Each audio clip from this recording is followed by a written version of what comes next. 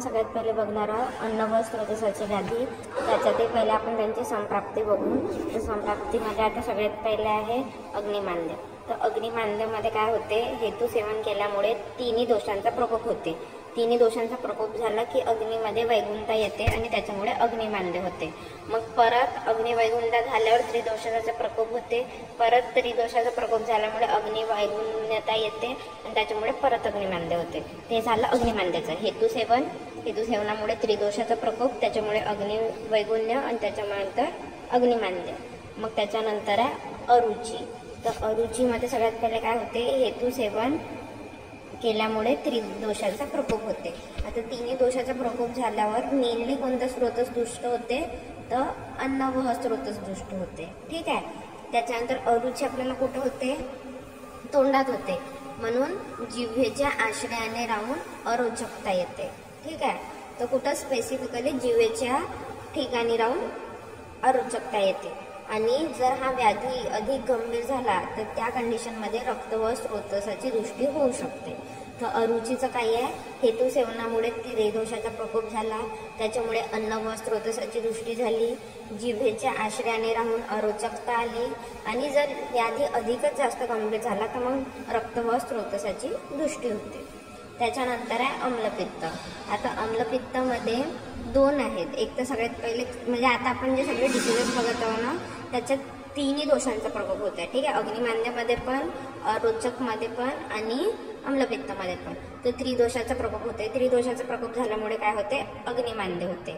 नंतर जर आता अग्निमांद्य आहे आणि तरी पण आपला अपथ्य चालू आहे, म्हणजे अग्निमांद्य असतानाही जर आपण काही पण वेडामोकळा खात आहोत, तर त्या कंडिशनमध्ये मग पित्ताचा अधिकच जास्त प्रकोप होते। म्हणजे तिन्ही दोष तर प्रकोपित झाले आहेत, पण अग्निमांद्य असतानाही काही ना काही उलट सीधा खाल्ल्यामुळे स्पेसिफिकली पित्त प्रकोप एक्स्ट्रा होत आहे, म्हणजे जास्त होत आहे।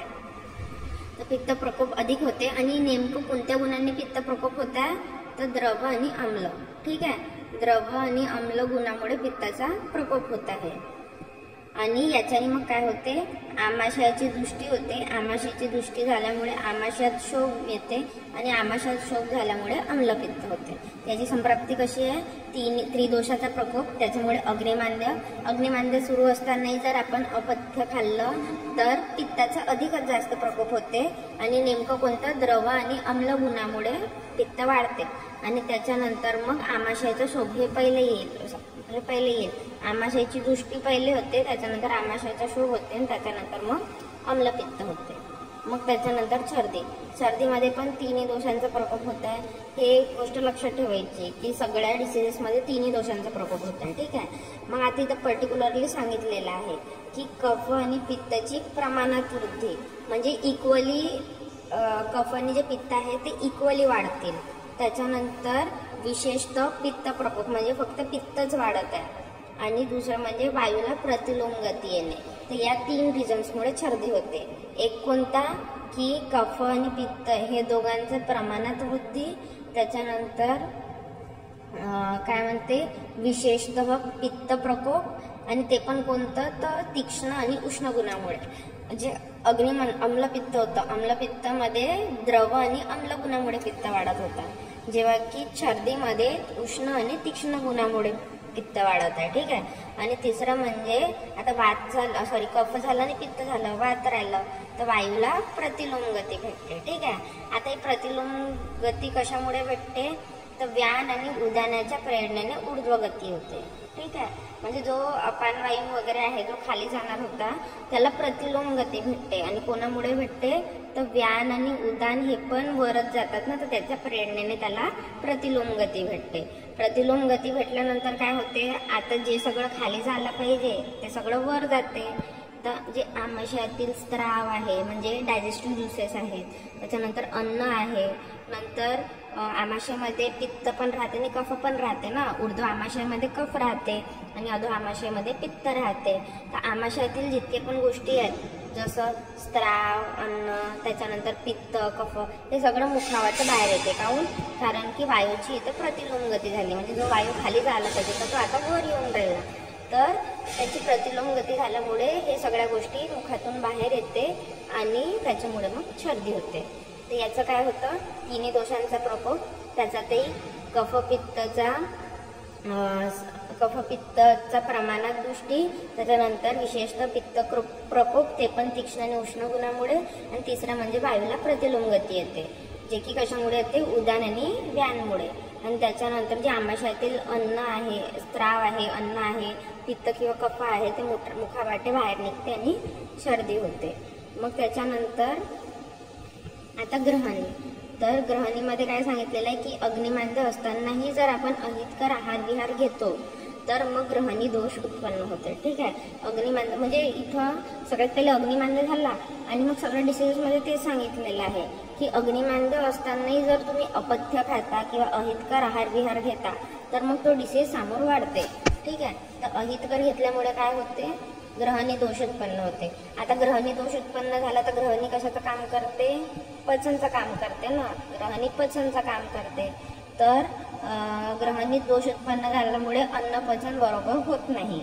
आता अन्नपचन बरोबर नाही होत तर अन्नाला काय येईल, विदग्धता येईल. ठीक आहे. अन्नपचन होत नाही, अन्नाला विदग्धता येईल. आणि आता कोणती गोष्ट सडली तर त्याला एक आंबट वास येते किंवा आंबट टेस्ट येते, म्हणून तिथे अम्लपाक तयार होते. अम्लपाक तयार झाला, आता एखादी वाटी आहे, त्याच्यातलं जो जेवण आहे तो सडला तर ती वाटी कशी एकदम घाणेरडी होऊन जाते ना, तसंच इथं ग्रहणीत असलेला अन्न सडला, त्याला अम्लपाक आला, त्याच्यामुळे ग्रहणी अवयवाची विकृती झाली. ग्रहणी अवयवाची विकृती झाली तर ग्रहणीचा आता ते अवयवच विकृत झाला तर तो कार्य बरोबर करेल का, नाही, तर त्याच्या कार्यात सुद्धा विकृती येते. मग आता ग्रहणीचे कार्य कोणते आहे, अन्नम ग्रहती पचती विवेचयती मुंचयती, म्हणजे अन्न ग्रहण करणे, त्याचं पचन करणे, त्याला सार आणि पित्त भागमध्ये म्हणजे जे डायजेस्टेबल आणि अनडायजेस्टेड फूड आहे त्याच्यामध्ये विवेचन करणे आणि त्याचं मुंचन करणे. ठीक आहे. तर इथे ग्रहणीचे कार्य विकृत झाल्यामुळे मग ग्रहणी हा डिसीज उत्पन्न होतो. तर याच्यात काय होतं, सगळ्यात पहिले अग्निमांद्य झाल्यावरही जर तुम्ही अहितकर आहार विहार घेता तर त्याच्यामुळे ग्रहणीत दोष उत्पन्न होते. त्याच्यामुळे ग्रहणीत दोष उत्पन्न झाल्यामुळे काय होते तर अन्नपचन बरोबर होत नाही. अन्नपचन नाही झाल्यामुळे अन्नाला विदग्धता येते, त्याच्यामुळे अम्लपाक येते. मग त्याच्यामुळे काय होते, ग्रहणी या अवयवाची विकृती होते, त्याच्यानंतर अवयवाची विकृती झाल्यामुळे त्याच्या कार्याची विकृती होते आणि त्याच्यामुळे ग्रहणी हा व्याधी उत्पन्न होते. मग त्याच्यानंतर आहे आता शूल. तर शूल कशामुळे होते आपल्याला माहीतच आहे. शूल हा कशाचा कॅरेक्टरिस्टिक फीचर आहे, वाताचा, म्हणून शूलमध्ये सगळ्यात पहिले वातप्रकोप होत आहे. वातप्रकोप झाल्यानंतर काय होईल, अन्न व स्रोतसामध्ये क्षोभ होईल. ठीक आहे. आता शूल आपल्याला कुठं होत आहे, पोटात होत आहे ना, तर पोट इज अ पार्ट ऑफ अन्न व स्रोतस, म्हणून याच्यात वात प्रकोप झाल्यावर तो काय होईल, अन्न व स्रोतसामध्ये क्षोभ होईल. अन्न व स्रोतसामध्ये क्षोभ झाला तर वातामुळे काय होते, फुगल्यासारखं वाटते ना, म्हणून तिथं आदमान होईल. मग आदमान झाल्यावर अवयवांच्या मृदू आवरणात शत उत्पन्न किंवा अवयव ताणले जाते. आता कोणत्याही गोष्टीचा अंदर जर हवा भरली, आता बलूनच्याच अंदर जर हवा भरली तर बलून कसा मोठा होते, ताणला जाते आणि मग फुटते. तसंच किंवा मग तेच म्हणजे एकदम ताणला जाते. तसंच त्याच्यामध्ये जर पोटामध्ये किंवा अन्न व स्रोतसामध्ये जर आदमान झालं, म्हणजेच जर तिथं हवा भरली तर जे मृदू अवयव आहेत त्याच्यात शत उत्पन्न होईल किंवा ते ताणले जातील, म्हणजे ते ताणले जातील. आणि ताणले झाल्यावर कोणती गोष्ट ताणल्यावर काय होते, त्याच्यावर हे येते ना, म्हणजे प्रेशर येते, तर प्रेशरमुळे तिथे शत निर्माण होईल, म्हणजे ते डॅमेज होईल. ठीक आहे. आणि अवयवाच्या ठिकाणी कंप होईल. मग तेच आहे की ताणल्यामुळे आणि तिथे शत झाल्यामुळे त्या अवयवाच्या ठिकाणी कंप होईल आणि पचनास आवश्यक असणारी जे अन्न आहे ते पुढे ढकलण्याची क्रिया विकृत होईल. म्हणजे तिथे इतके सगळे डिफॉर्मिटीज झाल्यामुळे, इतके सगळे विकृती झाल्यामुळे ते जे अन्न आहे ते समोर ढकललंच नाही जाणार बरोबर, आणि म्हणून मग तिथं तोद निर्माण होईल. तोद म्हणजे काय की ते समोर ढकललं नाही जात आहे ना, ते तिथंच राहत आहे, तर तिथं संचारी वेदना किंवा शूल उत्पन्न होईल, ज्यालाच आपण तोद म्हणतो. ठीक आहे. तर याची काय होते संप्राप्ती, शूल आपल्याला माहिती आहे वातामुळे होते. तर वातप्रकोप झाल्यानंतर काय होते, जे अन्न व स्रोतस आहे तिथे शोभ होते, त्याच्यानंतर आदमान होते. आदमान झाल्यामुळे काय राहते, जे मृदू अवयव राहते ते ताणले जाते आणि तिथं क्षत उत्पन्न होते. त्याच्यानंतर अवयवाच्या ठिकाणी जे अवयव ताणले आहेत तिथे कंप तयार होते आणि मग त्याच्यानंतर जे पचनासाठी आवश्यक असणारी अन्न आहे ते बाहेर जाण्याची जी म्हणजे समोर ढकलण्याची जी क्रिया आहे ती विकृत होते आणि त्याच्यामुळे मग ती विकृत झाल्यामुळे आपल्याला वेदना होते. ते वेदना कशी राहते, संचारी राहते, ज्यालाच आपण शूल किंवा तोद असं म्हणतो.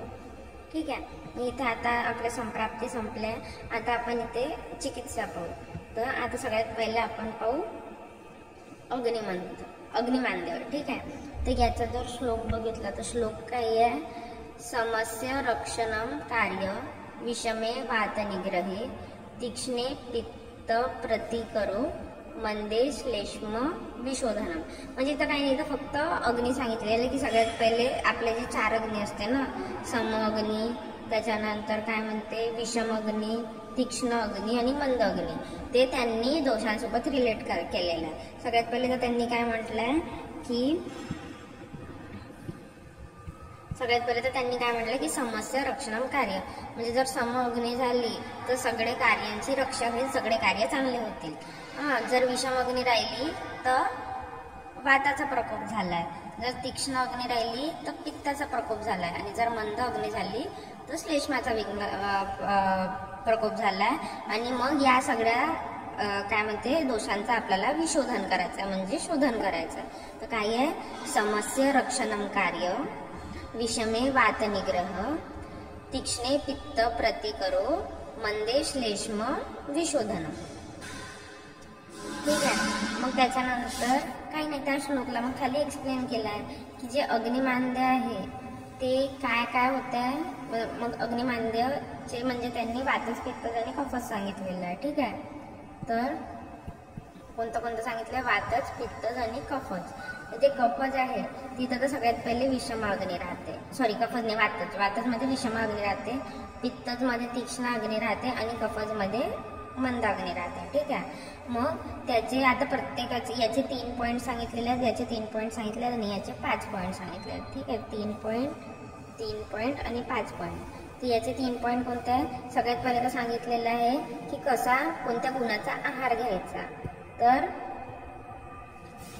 कोणता आहार घ्यायचा, स्निग्ध, अम्ल आणि लवण. ठीक आहे. म्हणजे वाताच्या अपोजिट.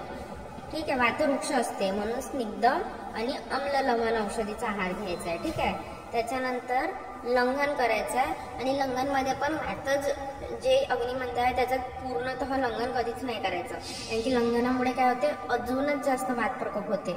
म्हणून लंघन विथ लघु आहार. ठीक आहे. तर सगळ्यात पहिले होतं की स्निग्ध आणि अम्ल लवण औषधी घ्यायचे, त्याच्यानंतर लंघन घ्यायचं ते पण लघु आहार सोबत, आणि त्याच्यानंतर काही औषधी कल्प दिल्या. तर याच्यात ABLH असं लक्षात ठेवू शकता तुम्ही की ABLH म्हणजे लेडीज हॉस्टेल. तर लेडीज हॉस्टेलचे 2 लेडीज हॉस्टेल आहे, एक A आणि एक B. ठीक आहे. 2 लेडीज हॉस्टेल आहेत. कोणते, एक A आणि एक B. तर L वरून आपण लक्षात ठेवू शकतो कोणतं, L वरून लसुणादिवटी. ठीक आहे. L वरून लसुणादिवटी, H वरून हिंगवाष्टक चूर्ण, A वरून अग्नितुंडी आणि B वरून भास्कर लवण. ठीक आहे. तर तसं पण लक्षात ठेवू शकता किंवा तुम्ही नॉर्मली पण लर्न करू शकता. तर त्याच्यात काय आहे, सगळ्यात पहिले LHAB जर केलं तर L पासून आहे लसुणादिवटी, H पासून आहे हिंगवाष्टक चूर्ण, A पासून आहे अग्नितुंडीवटी आणि B पासून आहे भास्कर लवण किंवा लवण भास्कर चूर्ण. ठीक आहे. तर वातामध्ये 3 होते. सगळ्यात पहिले त्याचे आहार कसा पाहिजे, स्निग्ध, अम्ल, लवण. त्याच्यानंतर लंघन करायचं विथ लघु आहार. आणि औषधी कल्पमध्ये कोणकोणते होते, लसुणादिवटी, हिंगवाष्टक चूर्ण, अग्नितुंडी आणि लवण भास्कर किंवा भास्कर लवण चूर्ण. मग पित्तचमध्ये पण 3 आहे. पित्तचमध्ये पण तेच सांगितलेलं आहे की शीत गुरु आणि स्निग्ध गुरु आणि शीत आहार घ्यायचा. ठीक आहे. कोणता, स्निग्ध गुरु आणि शीत आहार घ्यायचा. तर त्याच्यातही काय म्हणते, आपलं हे पित्ताचं अपोजिटच आहे ना, शीत, त्याच्यानंतर गुरु, त्याच्यानंतर स्निग्ध. त्याच्यानंतर पेया किंवा मंड घ्यायचा. ठीक आहे. तर आता पेया किंवा मंड कुठं सांगितलेलं आहे, तर पित्तमध्ये सांगितलेलं आहे. ठीक आहे. आणि मग त्याच्यानंतर काय, मौक्तिक किंवा कामधुधा रस, जे कोणते शीतवीर्याचे जे कल्प आहेत ते घ्यायचे. तर पित्तामध्ये 3 कोणकोणते सांगितलेले आहेत, स्निग्ध, गुरुशीत, त्याच्यानंतर पेयमंड आणि मौक्तिक किंवा कामधुधा. मग त्याच्यानंतर कफजमध्ये 5 सांगितलेले आहेत. सगळ्यात पहिले जर मंद अग्नी असेल तर पूर्णतः लंघन करायचं, जो की वातामध्ये पूर्णतः लंघन नव्हतं सांगितलेलं, लघु आहार घ्यायचं सांगितलेलं होतं. जर कफाचा उत्क्लेश असेल तर वमन घ्यायचं, ते पण कशाच्या मदतीने, मदन फळचा यूज करून. त्याच्यानंतर दीपन पाचनसाठी काय म्हणते, कटू, तिक्त आणि क्षारयुक्त औषधी वापरायची. ठीक आहे. मग त्याच्यानंतर संसर्जन कर्मामध्ये पेया, विलेपी, अकृत, कृतयुष आणि मांसरस घ्यायला सांगितलं. काय काय, पेया, विलेपी, अकृत किंवा कृतयुष किंवा मग मांसरस. आणि मग औषधी कल्पामध्ये कोणते कोणते सांगितलेले आहेत, तर वर जे सांगितले होते तेच सांगितलेले आहेत बघा. हिंगवाष्टक चूर्ण, लसूणादी वटी, मग त्याच्यानंतर अजून कोणते, आता आम इथं होते म्हणून आम पाचकवटे, कॉमन सेन्स वाले. ठीक आहे. त्याच्यानंतर त्रिकटू हा तीक्ष्ण गुणात्मक असते, तर हा अग्नीला वाढवेल उष्ण तीक्ष्ण असल्यामुळे, तर त्रिकटू आहे. मग फक्त हे क्षार कधी पण ट्रीटमेंटचा पार्ट जर राहिला तर क्षार कधी पण कफजमध्येच येते, म्हणजे ते कफज टाईप राहते त्याच्यात. इथं 2 क्षार सांगिततात, एक यवक क्षार आणि दुसरा वज्रक क्षार. ठीक आहे. नंतर आरोग्यवर्धिनी, कुमारी आसो पण, म्हणजे काही जे ड्रग्ज आहेत ना ते आपले डायजेस्टिव्ह म्हणजे अन्नवस्त्रोतसावर कामच करतात. तर असे कॉमन ड्रग्स लर्नच करून घ्यायचे, जसे ते कोणकोणते, त्याच्यात कोणकोणते येते, हिंगवाष्टक चूर्ण येते, लसूणादी वटी येते, आंबाचक वटी येते, त्रिकटू आहे, नंतर कुमारी आसव आहे, आरोग्यवर्धिनी आहे. हे काही असे ड्रग्ज आहेत जे तुम्ही कोणत्या पण अन्नवस्त्रोतसमध्ये लिहिलं तर ते राईटच आहेत. ठीक आहे. फक्त एक्स्ट्राचं याचं काय लक्षात ठेवायचं, कफज अग्निमांद्यामध्ये ते क्षार सांगितलेले आहेत, ते पण 2 आहेत, वज्रक क्षार आणि यवक क्षार, आणि एक भस्म सांगितलेलं आहे, ताम्रभस्म. फक्त 3च गोष्टी लक्षात ठेवायच्या, बाकीचे कॉमनच लिहायचे. ठीक आहे. आणि या सगळ्यांसाठी अनुपान काय सांगितलेलं आहे, तर कोष्णजल. ठीक आहे. कोष्णजल सांगितलेलं आहे. मग त्याच्यानंतर आता आपण पाहू गुल्म. तर गुल्मामध्ये सगळ्यात पहिले तर त्याचं काय चिकित्सा सूत्र सांगितलेलं आहे, भेषज भोजन अभ्यंगानैः पानेहि निरुहे स अनुवासने स्निग्धस्य भेषजा स्वेद कर्तव्यो गुल्म शांतये. तर इथं काही नाही, इथे म्हणजे फक्त ते श्लोकचा जर मिनिंग समजला तर श्लोक खूप सोपी जाते. सगळ्यात पहिले तर काय सांगितलेलं गुल्मामध्ये, की भोजन करायचा, अभ्यंग करायचा, स्नेहपान, पान म्हणजे कोणता, स्नेहपान करायचा, निरुहने अनुवासन बस्ती करायची. काय काय सांगितलेलं आहे, आहार सांगितलेला आहे, त्याच्यानंतर अभ्यंग सांगितलेला आहे. आहारमध्ये पण आता गुल्म हा वातामुळे होते, तर जनरली आपण वातघन आहार घेतो. ठीक आहे. तर आहार सांगितलेला आहे, अभ्यंग सांगितलेला आहे. आता वात वाढला तर बघ, वात वाढल्यावर आपण काय करतो, स्नेहन करतो. ठीक आहे. तर स्नेहांमध्ये पण 2 येते, एक येते अभ्यंतर स्नेह आणि दुसरा येते बाह्य स्नेह. तर बाह्य स्नेहामध्ये काय सांगितलेलं आहे, अभ्यंग सांगितलेलं आहे, आणि अभ्यंतर स्नेहामध्ये पान सांगितलेलं आहे, म्हणजे स्नेहपान. त्याच्यानंतर वातावर अजून कोणती चांगली ट्रीटमेंट आहे, तर बस्ती. तर म्हणून बस्ती सांगितली, 2ही बस्ती सांगितली, निरुह पण आणि अनुवासन पण. मग वाताचा गुण कसा राहते, वृक्ष. तर म्हणून स्निग्ध विषजा, स्निग्ध औषधी घ्यायचे, आणि मग स्नेहन झाल्यावर तुम्ही स्वेदन पण करू शकता, आणि हे सगळे कार्य केल्याने कर्तव्य गुल्म शांत होते. ठीक आहे. तर हे इतकं असं लक्षात ठेवायचं, की काय सगळ्यात पहिले तर आहार सांगितले, म्हणजे वातघन आहार. मग स्नेहन करायचं, स्नेहनमध्ये पण बाह्यमध्ये अभ्यंग आणि अभ्यंतरमध्ये पान. मग वाताची ट्रीटमेंट कोणती आहे, बस्ती. तर निरुह बस्ती, अनुवासन बस्ती. मग वाताचं गुण वृक्ष आहे, तर स्निग्ध भिषज, स्निग्ध औषधी घ्यायची, आणि मग स्वेदनही करायचं. ठीक आहे. तर हा झाला त्याचं चिकित्सा सूत्र.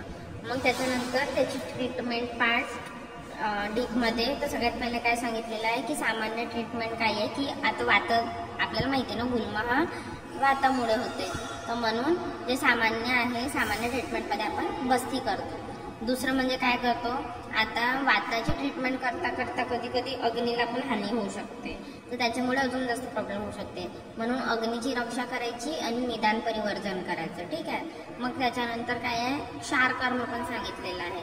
जनरली क्षार कर्म हे हे काय कफज व्याधीमध्येच येते. पण इथं एक गुल्माचं लक्षात ठेवा की गुल्मा हा याच्यात वाताचं प्राधान्य असून सुद्धा आपण याचं क्षार कर्म करतो. ते पण काय तर रुग्णाचा बलपण अकॉर्डिंग टू द बल ऑफ रुग्ण. मग त्याच्यानंतर आपण याच्यात अग्निकर्म पण करतो. ठीक आहे.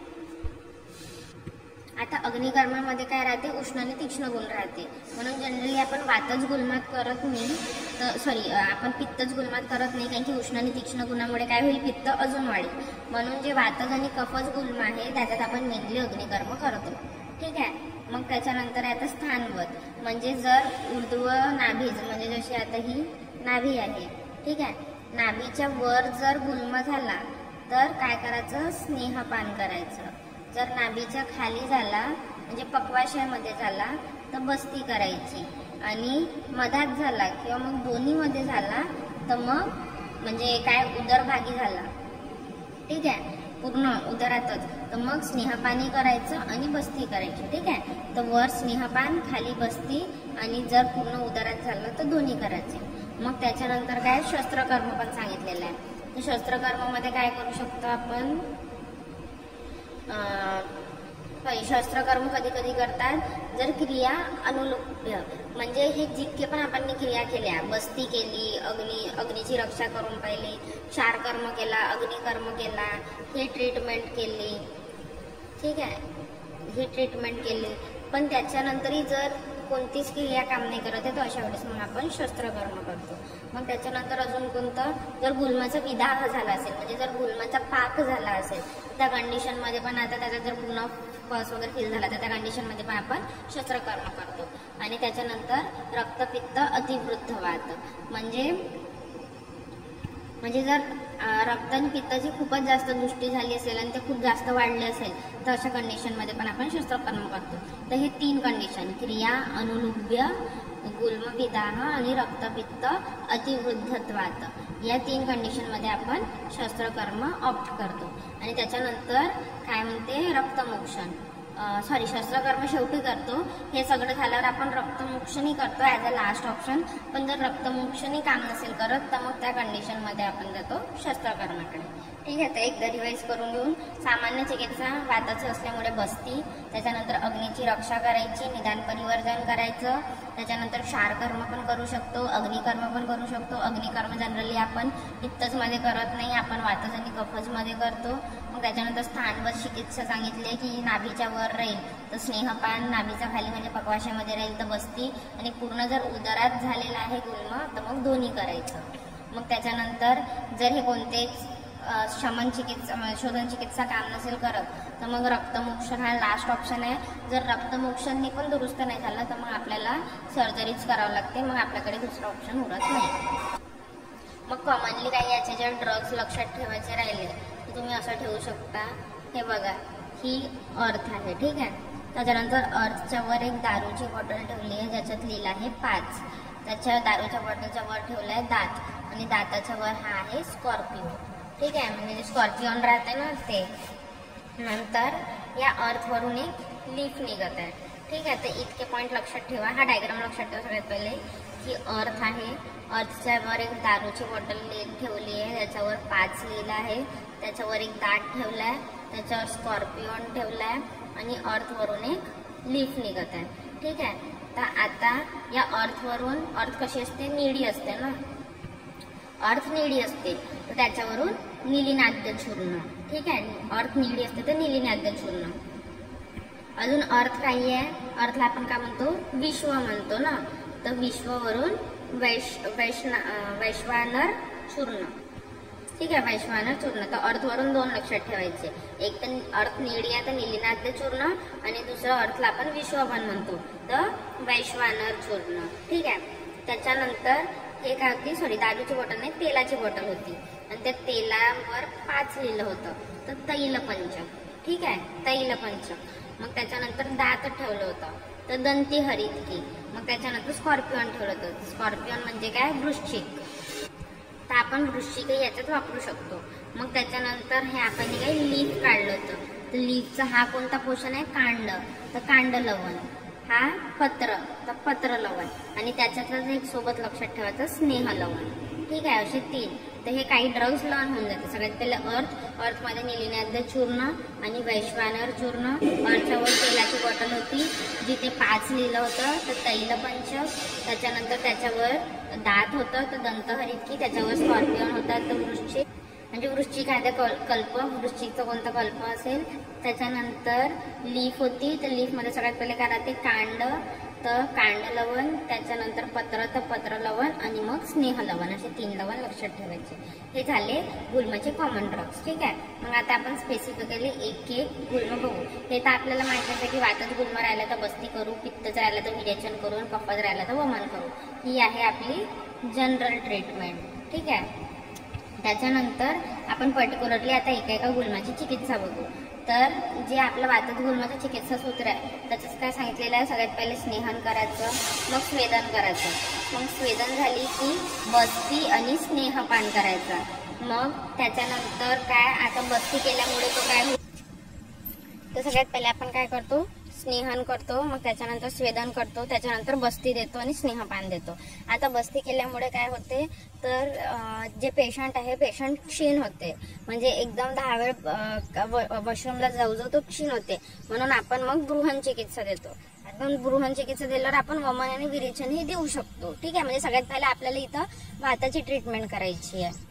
म्हणजे आहे गुल्म हा तरी दोषच, पण त्याच्यात मेनली काय? वात वाढ झालाय ना, म्हणजे वात वाढलेला आहे. तर त्याच्यामुळे आपल्याला इथे सगळ्यात पहिले वाताची चिकित्सा करावी लागते. म्हणून आपण इथे सगळ्यात पहिले बस्ती करतो.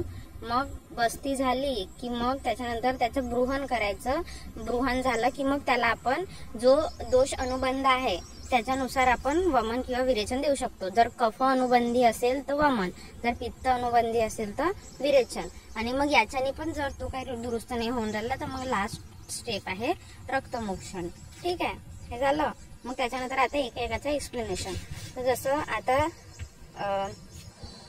नेमका आपल्याला स्नेहन कुठं वापरायचं आहे? तर जर वृक्ष आहार विहार मुळे किंवा मग जो कठोर व्यायाम आहे या गोष्टींमुळे करणे तथा मल एवं अपान वायू की जिसमें रुकावट हो, म्हणजे मल किंवा अपान वायूची जिथे अवरोध झालेला आहे, म्हणजे कुठं कुठं जर वृक्ष आहार विहार घेतल्यामुळे किंवा कठोर व्यायाम केल्यामुळे किंवा मग मल आणि अपान वायूची रुकावट झाली असेल तर अशा वातज गुल्मामध्ये सगळ्यात पहिले आपण स्नेहन चिकित्सा करायला पाहिजे. कारण की या सगळ्यांमुळे वाताचे गुण वाढते, म्हणजे वाताचा प्रकोप होते. तर त्याच्यामुळे सगळ्यात पहिले आपण स्नेहन करायला पाहिजे. मग स्वेदन कधी करायला पाहिजे? तर जर स्निग्ध भोजन, स्नेहचा पान केल्याने, त्याच्यानंतर स्नेहनची मालिश केल्याने, या सगळ्यांमुळे जर हे सगळं केल्यावर जर गुल्म नष्ट होत तर त्या कंडिशनमध्ये मग आपल्याला स्वेदन करायला पाहिजे. म्हणजे आपण इथं वाताला कमी करायचं ट्राय करत आहोत ना, की भाई स्निग्ध भोजन देता, स्नेहपान देता हो, स्नेहन देता हो, म्हणजे स्नेहांची मालिश देता हो. जर अशा कंडिशन हे सगळं केल्यावरही जर गुल्म कमी नसेल होत तर त्या कंडिशनमध्ये मग स्वेदन करायचं. स्वेदन केल्यामुळे लाभ काय काय होते? तर स्त्रोताचा कोमल होतात, त्याच्यानंतर जे कुपित वायू आहे ती नष्ट होते, नंतर कोष्ठामध्ये कफ आणि पित्तद्वारा जी वायू रोखून ठेवलेली आहे, म्हणजे कफ आणि पित्ताचा अवरोध झाल्यामुळे वायू काय होते तिथं म्हणजे असं थांबते, लटकून राहते, समोर नाही जात. तर स्त्रोताचा कोमल झाल्यामुळे काय होते? तो अवरोध दूर होते आणि जे वायू आहे वायू तिच्या मार्गाने बरोबर जाऊ शकते. तर हे आहे स्वेदनचे फायदे. मग त्याच्यानंतर स्नेहपान आणि बस्ती. तर स्नेहपान आणि बस्तीमध्ये काय म्हटलंय? गुल्म कैसा भी हो स्नेहपान करणं, म्हणजे गुल्म कसाही राहिला तरी स्नेहपान करणं हे लाभदायकच राहते. पण त्याचं ते काय? जर नाभीच्या उपर राहिलं तर स्नेहपान करायचं आणि नाभीच्या खाली म्हणजे पक्वाशयामध्ये राहिलं तर बस्ती करायची. आणि जर पूर्ण उदर प्रदेशात राहिलं तर दोन्ही करायचं, स्नेहपानी करायची आणि बस्ती पण करायची. मग बृहन का बरं सांगितलेलं? की जेव्हा वातज गुल्मामध्ये जठरा अग्नी खूप जास्त तीव्र आहे, म्हणजे त्याला खूप जास्त आता काय म्हणते वारंवार भूक लागून राहिली, पण त्याचा जो अपान वायू आहे तो आणि मल याचं विबंध सुरू आहे, म्हणजे त्याला कॉन्स्टिपेशन आहे, म्हणजे त्याची अग्नी तर तीव्र आहे पण त्याला कसं कॉन्स्टिपेशन आहे. तर अशा कंडिशनमध्ये आपण बृहन करू शकतो, चिकणे आणि कर्म अनुपान का सेवन करणे, म्हणजे काय म्हणते स्निग्ध पदार्थाचा बृहन देऊ शकतो आणि अनुपानमध्ये आपण गरम चीजे द्यायची, ठीक आहे. मग वातज गुलमामध्ये वमन कधी करायचं, मग असेच सांगितलं, जेव्हा अनुबंधाने कफ असेल तेव्हा वमन करायचं आणि ज्या अनुबंधाने पित्त असेल तेव्हा विरेचन करायचं. आणि रक्तमोक्षण, जो वात पित्त कफ की अच्छी प्रकार से चिकित्सा करने पर भी, म्हणजे आपण पर्टिक्युलरली एका गोष्टी चिकित्सा केली, वाताची पण केली, त्याच्यानंतर कफाची पण केली, पित्ताची पण केली, इतकं केल्यावरही जर तो दुरुस्त नसेल होत, गुल्म शांत नसेल होत, तर त्या कंडिशनमध्ये मग आपल्याला लास्ट ऑप्शन म्हणून रक्तमोक्षणच करावा लागतो. त्यानंतर पित्तज गुल्म. आता पित्तज गुल्मामध्ये जसं वातज गुल्मामध्ये ते सांगितलं होतं, हे स्वेदन, स्नेहन, स्वेदन, बस्ती, स्नेहपान, त्याच्यानंतर गृहण, त्याच्यानंतर वमन, विरेचन आणि रक्तमोक्षण. तसंच पित्तज गुल्मामध्ये काय सांगितलेलं आहे, स्त्रंसन किंवा घृतपान, म्हणजे हे दोन्ही नाही करायचं आहे, या दोन्हीपैकी काही एकच करायचं आहे. ते झालं की मग विरेचन, आणि जर विरेचनने पण दुरुस्त नाही असेल होत तर मग रक्तमोक्षण करायचं. आणि रक्तमोक्षण नंतर मग माणूस पूर्ण एकदम ढिला पडून जाते, म्हणून मग त्याच्यानंतर रक्तमोक्षण नंतर गृहण करायचं, ठीक आहे. याच्याने पण जर बरोबर नसेल होत तर मग शस्त्रकर्म करायचे, ठीक आहे. तर स्त्रंसन किंवा घृतपान, त्याच्यानंतर विरेचन, विरेचनने पण दुरुस्त नाही झालं तर रक्तमोक्षण, रक्तमोक्षण नंतर गृहण करायचं. आणि जर तरी पण ते दुरुस्त नसेल झालं तर आपण मग अशीच बघितलं होतं की रक्तमोक्षणने पण जर दुरुस्त नसेल होत तर मग आपल्याला शस्त्रकर्म करावं लागते. मग त्याच्यानंतर एकाचा हे सांगितलेलं आहे पॉईंट, की जर आता स्त्रंसन म्हणजे काय होतं, मृदू विरेचन. तर स्त्रंसन कधी करायचं आहे, घृतपान कधी करायचं. तर जर काय म्हणते आपला पित्तज गुल्म हे स्निग्ध आणि उष्ण पदार्थांच्या सेवनामुळे झालं असेल तर स्त्रंसन करायचं, आणि वृक्ष आणि उष्ण पदार्थांच्या सेवनामुळे झालं असेल तर घृतपान करायचं. आता या दोघांमध्ये पण उष्ण कॉमन आहे, ठीक आहे. पण जर स्निग्धामुळे झालं असेल तर मृदू विरेचन म्हणजे स्त्रंसन, आणि जर वृक्षामध्ये झालं असेल तर ऑब्व्हियसली वृक्षावर आपण काय वापरतो, स्निग्ध द्रव्य वापरतो, तर घृतपान, असं लक्षात ठेवायचं, ठीक आहे. उष्ण दोन्हीमध्ये आहे, पण जर स्निग्धामुळे होत असेल तर स्त्रंसन आणि वृक्षामुळे होत असेल तर घृतपान, ठीक आहे. हे तर झालं पहिलं आपलं की घृतपान किंवा मग स्त्रंसन. त्याच्यानंतर विरेचन. तर पित्तज गुल्म हे जे आहे ते पक्वाशयामध्ये राहते ना, तर त्याच्यामुळे मग आपण गरम दुधाने किंवा तिलव घृताने आपण त्यांचं विरेचन देऊ शकतो. तर विरेचन तर द्यायचं आहे, फक्त कशाने द्यायचं ते लक्षात ठेवायचं, एक तर गरम दूध नाहीतर मग तिलव घृत. मग त्याच्यानंतर रक्तमोक्षण, ठीक आहे. तर कधी कधी काय होते, आता पित्त आणि रक्त आश्रय भावने राहते ना, तर पित्तज गुल्मामुळे कधी कधी रक्त पण दूषित होते, आणि मग रक्त दूषित झाल्यामुळे पित्तज गुल्म अजूनच जास्त वाढते. त्याच्यात अजून जास्त सिम्पटम्स दिसतात, जसे दाह आहे, पाक आहे, तृष्णा आहे, असे खूप जास्त सिम्पटम्स डेव्हलप होते.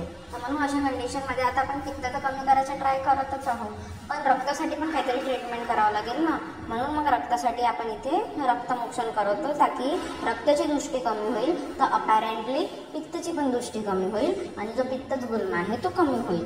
मग रक्तमोक्षण नंतर जे रोगी आहे ते क्षीण होऊन जाते, म्हणून त्याला गृहण करायचं आहे. आणि गृहण हे कशाने करायचं आहे, तर जे आपले जाणगम पशु पक्षीचे जे मांसरस राहते त्याच्याने आणि घृतपानने, या दोन गोष्टींनी त्यांचं गृहण करायचं. एक तर घृतपान आणि दुसरा म्हणजे जाणगम पशु पक्षीचा मांसरस. मग त्याच्यानंतर शस्त्रकर्म, तर ते सांगितले की वर जर सांगितले की कोणती पण जर जे चिकित्सा आपण करत आहोत ते जर फायदेशीर नाही ठरले तर अशा कंडिशनमध्ये आपल्याला मग शस्त्रकर्म करावं लागतं. मग आता आपण बघू कफज गुल्म. कफज गुल्मामध्ये काय करायचं, सगळ्यात पहिले तर लंघन करायचं, कारण की काय आम उत्पत्ती वगैरे होऊ शकते, तर त्याच्यामुळे सगळ्यात पहिले तर लंघन करायला सांगायचं. लंघन झाल्यानंतर कफाची काय चिकित्सा आहे, वमन, तर वमन करायला सांगायचं, आणि मग दाह कर्म सांगायचं, ठीक आहे. वातज आणि पित्तजमध्ये काय सांगितलं होतं, रक्तमोक्षण सांगितलं होतं, आणि याच्यात काय सांगितलेलं आहे, अग्निकर्म म्हणजे दाह कर्म करायला सांगितलेलं आहे, ठीक आहे. मग त्याच्यानंतर एकाचं एक्सप्रेशनेशन दिलं आहे. तर लंघन का बरं, तर जे शीतल आहे म्हणजे शीत आहे, गुरु आहे आणि स्निग्ध आहे, या पदार्थांमुळे जे कफज गुल्म आहे ते उत्पन्न झाला पाहिजे, म्हणजे झाला राहते, आणि म्हणून त्याच्यात आपण सगळ्यात पहिले लंघन चिकित्सा करायची. तर शीत, गुरु आणि स्निग्ध आहारामुळे कफज गुल्म उत्पन्न झालेला राहते, आणि म्हणून आपण तिथे लंघन चिकित्सा करायची. मग कफज गुल्ममध्ये वमन, तर तेच आहे ना आपली, जर अग्निमांद्य झालं असेल आणि कफज एखादा डिसऑर्डर राहिला तर आपण काय करतो, वमन करतो, म्हणून वमन. आणि जर याच्याने पण बरं नाही झालं तर मग दाह कर्म करायचं, ठीक आहे. म्हणजे लंघन, वमन, विरेचन, बस्ती, घृतपान हे सगळं केल्यावरही जर तो दुरुस्त नसेल होत तर अशा कंडिशनमध्ये मग दाह कर्म करायचं, ठीक आहे. मग त्याच्यानंतर आता याचे योग, तर ठीक आहे, पहिले सन्निपाताचे पाहून टाकू. सन्निपातच गुल्म चिकित्सा. तर याच्यात तेच आहे, आपल्या तिन्ही दोषांमुळे झाल्यामुळे मग तिन्ही दोषांची चिकित्सा करायची. मग त्याच्यानंतर आता एकाचे योग पाहू. तर सगळ्यात पहिले आता आपण बघू वाताचे योग. ठीक आहे, तर त्याच्यासाठी हा निमोनिक लक्षात ठेवायचा. तीनों पर से वातस गुल्म हटाव. काय आहे? तीनों पर से वातस गुल्म हटाव. ठीक आहे, तीनों पर से आता पहिले हे तीन वरून काय लक्षात ठेवायचं? त्रियुष. आपण तीनला त्रि पण म्हणतो ना, तर त्रियुष्णाधिकृत, द्वितीय त्रियुष्णाधिकृत, तृतीय त्रियुष्णाधिकृत. आणि या त वरून काय लक्षात ठेवायचं? तैलपंचक. ठीक आहे, तर त्रिवरून त्रियुष्णाधिकृत, द्वितीय त्रियुष्णाधिकृत, तृतीय त्रियुष्णाधिकृत आणि त वरून तैलपंचक. मग त्याच्यानंतर या न वरून परत 3 कल्प आहेत. कोणते? नागरादी योग, निलिनीकृत आणि निलिन्याद्यकृत. तर निलिनीकृत, निलिन्याद्यकृत लक्षातच राहते. एक लक्षात ठेवायचं नागरादी योग. मग त्याच्यानंतर प वरून लक्षात ठेवायचं पिपल्यादिकृत. मग त्याच्यानंतर स. आता सचं यांनी इथं श केलेला आहे, तर षट्यादी चूर्ण. मग त्याच्यानंतर हा जो ल आहे गुल्मचा, तर या ल मध्ये लशुनादी क्षीर. आणि या ह वरून हिटवादी चूर्ण आणि हपुषाद्य घृत. तर अशा 12 याचे कल्प आहेत. कोणते? तीनचा त्रिवरून त्रियुष्णाधिकृत, द्वितीय त्रियुष्णाधिकृत, तृतीय त्रियुष्णाधिकृत आणि त वरून तैलपंचक. न वरून नागरादी योग, निलिनीकृत आणि निलिन्याद्यकृत. प वरून पिपल्यादिकृत, स वरून षट्यादी चूर्ण, ल वरून लसूण क्षीर. ठीक आहे, आणि ह वरून हटवादी चूर्ण आणि हपुषाद्य घृत. असे हे 12 लक्षात ठेवायचे. ठीक आहे, मग त्याच्यानंतर पित्तच. तर पित्तच काय करते? आपल्याला दाह करवते ना, तर रात्री में दाह वाला. ते ही पित्तचसाठी ट्रिक लक्षात ठेवायची की पित्तच गुल्मात काय होते? रात्री दाह होते, तर रात्री में दाह करण्यावाला. तर र वरून आहे रोहिणाद्यघृत, त्र वरून आहे त्रयमानाद्यघृत, दा वरून आहे द्राक्षाघृत. त्याच्यानंतर हे दाहाच्या अ वरून आहे आम्लकाद्यघृत आणि हे वालाचं इथं परत अ वरून आहे अभ्यंग. तर हे अभ्यंग एक लक्षात ठेवायचं. आणि बाकी सगळं र वरून रोहिणाद्य, बाकी सगळं घृतच आहे. रोहिणाद्यघृत, त्रयमानाद्यघृत, द्राक्षाघृत आणि दाच्या अ वरूनच आम्लकाद्यघृत. ठीक आहे, असे लक्षात ठेवायचे.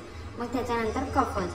कफजमध्ये शीत दात, म्हणजे त्याचे जे दात आहेत ते थंडे झाले, त्याच्यामुळे मग तो BDS डॉक्टरकडे दाखवायला गेला. ठीक आहे, आता शीत कोणाचा गुण आहे? कफाचं. ते याच्यावरून लक्षात ठेवायचं ही ट्रिक कफाची आहे. ठीक आहे, तर एक जो व्यक्ती होता त्याचे जे दात आहेत ते क्षीर झाले आणि त्याच्यामुळे मग तो BDS डॉक्टर शीत झाले आणि त्याच्यामुळे मग तो BDS डॉक्टरकडे गेला. तर बी वरून आहे भल्ल्याकाद्यघृत, डी वरून आहे दशमूलादिघृत आणि दंती हरितकी आणि एस वरून आहे क्षीर षटपल घृत. ठीक आहे, तर 3 घृत आहेत आणि एक दंती हरितकी. भल्लातकाद्यघृत, दशमूलीघृत, क्षीर षटपल घृत आणि दंती हरितकी. ठीक आहे, तर इथं गुल्म झाला.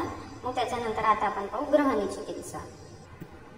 मग याचं चिकित्सा सूत्र काय आहे? ग्रहणीम आश्रितम दोषम जीर्ण वदुपचर्येत अतिसारोक्त विधीनाम तस्यांच विपाचर्येत. ठीक आहे, तर याच्यामध्ये आता जे ग्रहणी आहे, ग्रहणीमध्ये इथे आता 4 पॉईंट्स लक्षात ठेवायचे. जर ग्रहणीमध्ये आम अधिक राहिलं तर काय करायचं? पहिला पॉईंट आहे, जर ग्रहणीमध्ये आम खूप जास्त मात्रेत राहिलं तर काय करायचं? ठीक आहे, तर मृदू अनुलोमन द्यायचा. आता अनुलोमनसाठी काय काय वापरायचं? तर त्रिफला वापरायचं, गंधर्व हरितकी वापरायचं किंवा आरकवद वापरायचं. म्हणजे जे मृदू अनुलोमन करणारे जे द्रव्य आहेत ते वापरायचे. ठीक आहे, आता अनुलोमन केल्यानंतर जर अग्नी वाढली आणि मलनिराम झाला तर मग आपण दीपन पाचनग्राही औषधी देऊ शकतो. ठीक आहे, तर सगळ्यात पहिले काय, जर आम अधिक असेल तर त्या आमचं सगळ्यात पहिले ठिकाणा लावायचा. तर त्या आमला दुरुस्त करायसाठी आपण सगळ्यात पहिले मृदू अनुलोमन करून कशाने? त्रिफला, गंधर्व हरितकी आणि आरकबदनी.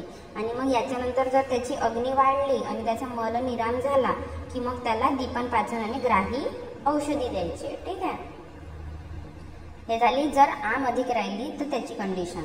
मग आता ग्रहणी. आता ग्रहणीमध्ये काय होते? तर डायरियासारखं होते ना थोडंसं, म्हणजे काय म्हणते आपलं लिक्विडी स्टूल्स होते. तर आपण स्तंभन द्यायचं आपल्या डोक्यात येऊ शकते की भाई याला खूप जास्त पातळ स्टूल होत आहेत तर आपण याला स्तंभन देऊ. पण ग्रहणीमध्ये स्तंभन कधीच द्यायचं नाही, कारण की जर स्तंभन दिलं तर मग त्या कंडिशनमध्ये खूप सारे उपद्रव निर्माण होते. ठीक आहे. आणि जर स्तंभन द्यायचं पण आहे तर कोणत्या कंडिशनमध्ये द्यायचं. आता मोस्ट ऑफ जर लक्षण आहेत ते अतिसार सारखे दिसत असतील, म्हणजे ते आहे तर ग्रहणी, पण जर मोस्ट ऑफ द लक्षणं अतिसार सारखे दिसत असतील तर त्याच कंडिशनमध्ये मग स्तंभन द्यायचं. आणि ते पण कोणत्या द्रव्यांनी द्यायचं, तर अहिफेन, भंगा, जायफळ आणि कापूर हे काही जे ड्रग्ज आहेत यांनी स्तंभन द्यायचं. पण मेनली तर स्तंभन देतच नाही, कारण की जर स्तंभन दिलं तर उपद्रव निर्माण होते. तिसरं म्हणजे आता ग्रहणीवर परपटी. आता ग्रहणीवर परपटी हे सगळ्यात चांगले औषध आहे, आपल्याला माहितीच आहे. काहून, कारण की ग्रहणी जी परपटी आहे ती ग्राही आहे, दी पण पाचन करते. ग्रहणीचा बल म्हणजे स्पेशली म्हणजे बल वाढवते, पण कशाचं, स्पेशली ग्रहणीचा बल वाढवते. ठीक आहे. मग याच्यातही कोणकोणते परपटे आहेत, रसपरपटी आहे, बोल परपटी आहे, कुटज परपटी आहे. ठीक आहे. रसपरपटी, बोल परपटी आणि कुटज परपटी. मग त्याच्यातही काही स्पेसिफिक सिम्पटम्सवर काही स्पेसिफिक परपटी सांगितलेली आहे. जर दौर्बल्य असेल किंवा क्षय असेल, म्हणजे जर जो पेशंट आहे तो खूप जास्त क्षीण झाला असेल तर त्या कंडिशनमध्ये आपण त्याला पंचामृत परपटी किंवा सुवर्ण परपटी देऊ शकतो. ठीक आहे. जर रक्ताचा क्षय झाला असेल तर लोह परपटी द्यायची. आता रक्त इज रिलेटेड टू लोह, तर तसं लक्षात ठेवायचं. रक्तक्षयमध्ये लोह परपटी आणि कफजमध्ये ताम्र परपटी. ठीक आहे. आणि हे सोडून अजून परपटे आहेत, जसं रसपरपटी, बोल परपटी, कुटज परपटी. ठीक आहे. मग त्याच्यानंतर ग्रहणीवर उत्कृष्ट औषध काही आहे, तर परपटी घ्यायची किती, 250 ग्राम. त्याच्यात लोखनात रस टाकायचं 250 ग्राम आणि त्याच्यात सुंठी चूर्ण टाकायचं 250 ग्राम. ठीक आहे. आणि याच्यासाठी अनुपान घृत आहे, तर याला म्हणजे याला घृतासोबत घ्यायचं. तर ही काय आहे, उत्कृष्ट औषध आहे. काय, कोणती पण एक परपटी लक्षण पाहून तर तीची क्वांटिटी घ्यायची 250 ग्राम. त्याच्यानंतर लोखनात रस घ्यायचं 250 ग्राम आणि सुंठी चूर्ण घ्यायचं 250 ग्राम आणि या सगळ्यांना घृतासोबत सेवन करायचं. ठीक आहे. हे झालं परपटी. तर पहिले आपण पाहिलं होतं की आमधिक राहिलं तर काय करायचं, मग स्तंभन नाही करायचं. आणि मग आपण पाहिली होती परपटी. आता परपटी सोडून दुसरे कोणते रस औषधी आहेत, तर जसं सुंठ आहे, नागरमोथा आहे. नंतर भस्ममध्ये 2 सांगितलेले आहेत, शंख भस्म सांगितलेला आहे, कपर्दिक भस्म सांगितलेला आहे. जनरली जे अन्न व स्रोतसाची व्याधी राहते ना त्याच्यात शंख भस्म आणि कपर्दिक भस्म तुम्ही टाकू शकता, कारण की ते जनरली येतात. शंख भस्म आहे, कपर्दिक भस्म आहे, परपटी आहे आणि तक्र आहे. हे इतकी गोष्टी आपण वापरतो. ठीक आहे. कोणते, सुंठ, नागरमोथा, शंखभस्म, कपर्दिक भस्म, परपटी आणि तक्र.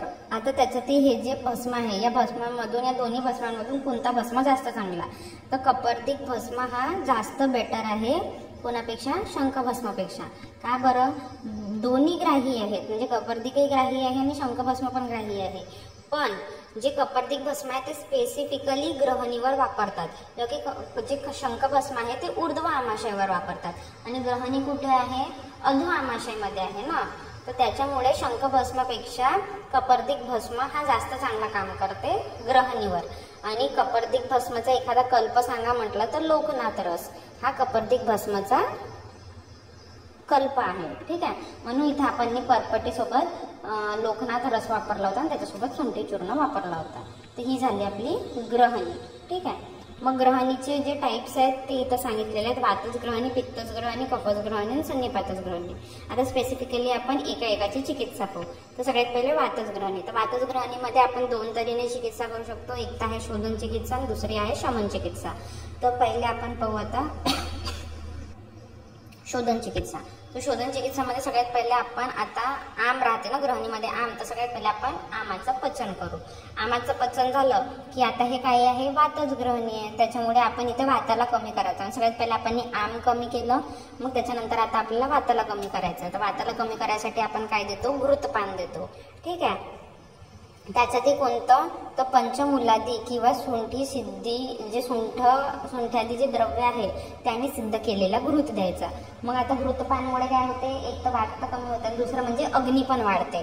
तर घृतपान दिल्यानंतर आणि आमपचन केल्यानंतर अग्नी वाढते आणि अग्नी वाढल्यानंतर जर मलमूत्र पुरुषाचा अवरोध नसेल म्हणजे जर त्याचं डायजेशन प्रॉपर असेल, त्याला प्रॉपरली स्टूल पास होत असतील, तर अशा कंडिशनमध्ये मग त्याला स्नेहन, स्वेदन आणि आता वातच आहे ना, तर वाताची चिकित्सा काय आहे, बस्ती, ते निरुह बस्ती द्यायची. ठीक आहे.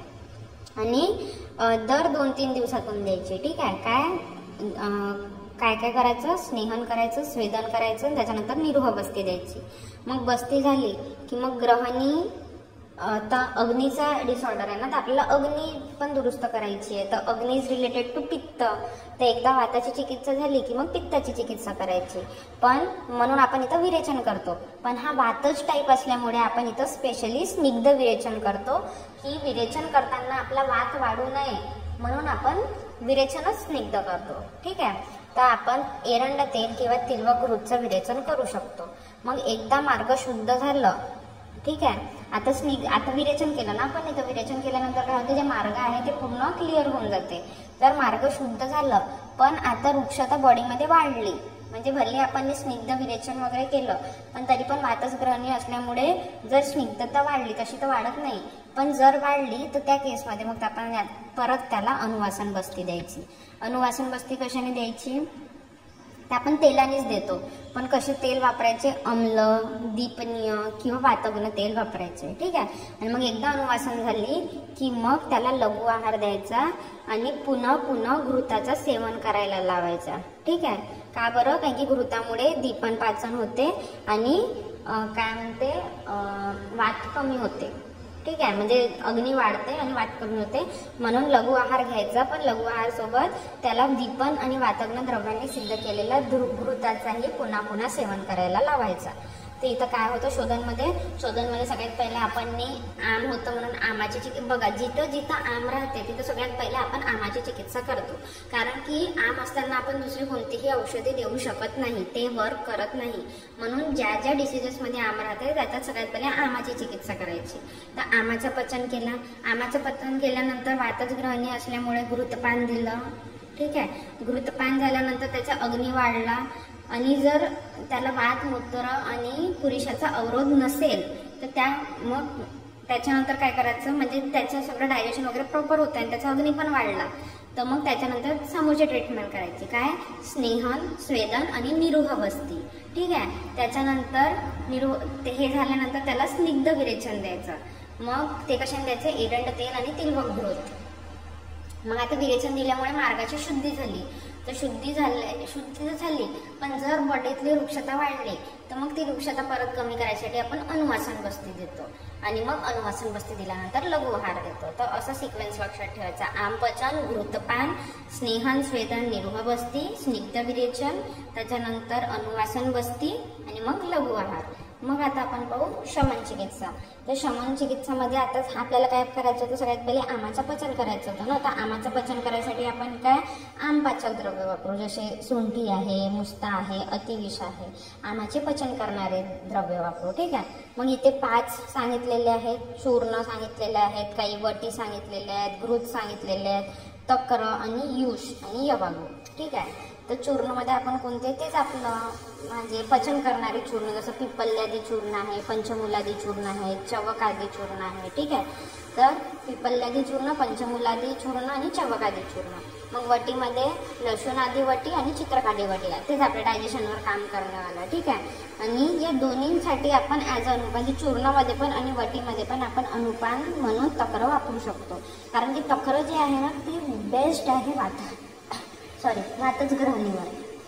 ठीक आहे. तर म्हणून वातच ग्रहणीमध्ये आपण तक्राचा जितका जास्त यूज होईल तितका जास्त यूज करायचा. घृतामध्ये कोणता घृत वापरू शकतो, शुंठीचा घृत वापरू शकतो, दशमूलादी घृत किंवा तृषणादी घृत. मग त्याच्यानंतर तक्र किंवा तक्रवरिष्ठ आणि युष किंवा यवागू, या सगळ्यांचा आपण वापर करू शकतो. मग आता इथे तक्र आणि तक्रवरिष्ठचं काही सांगितलेले आहेत पॉईंट. तर तक्र काय करते, तक्र हा दीपन करते, लघु आहे आणि ग्राही आहे, म्हणून जनरली आपण याला ग्रहणीमध्ये वापरतो. ठीक आहे. मग तिन्ही दोषांवर कसं काम करते, तर हा वातग्न आणि कफग्न आहे. ठीक आहे.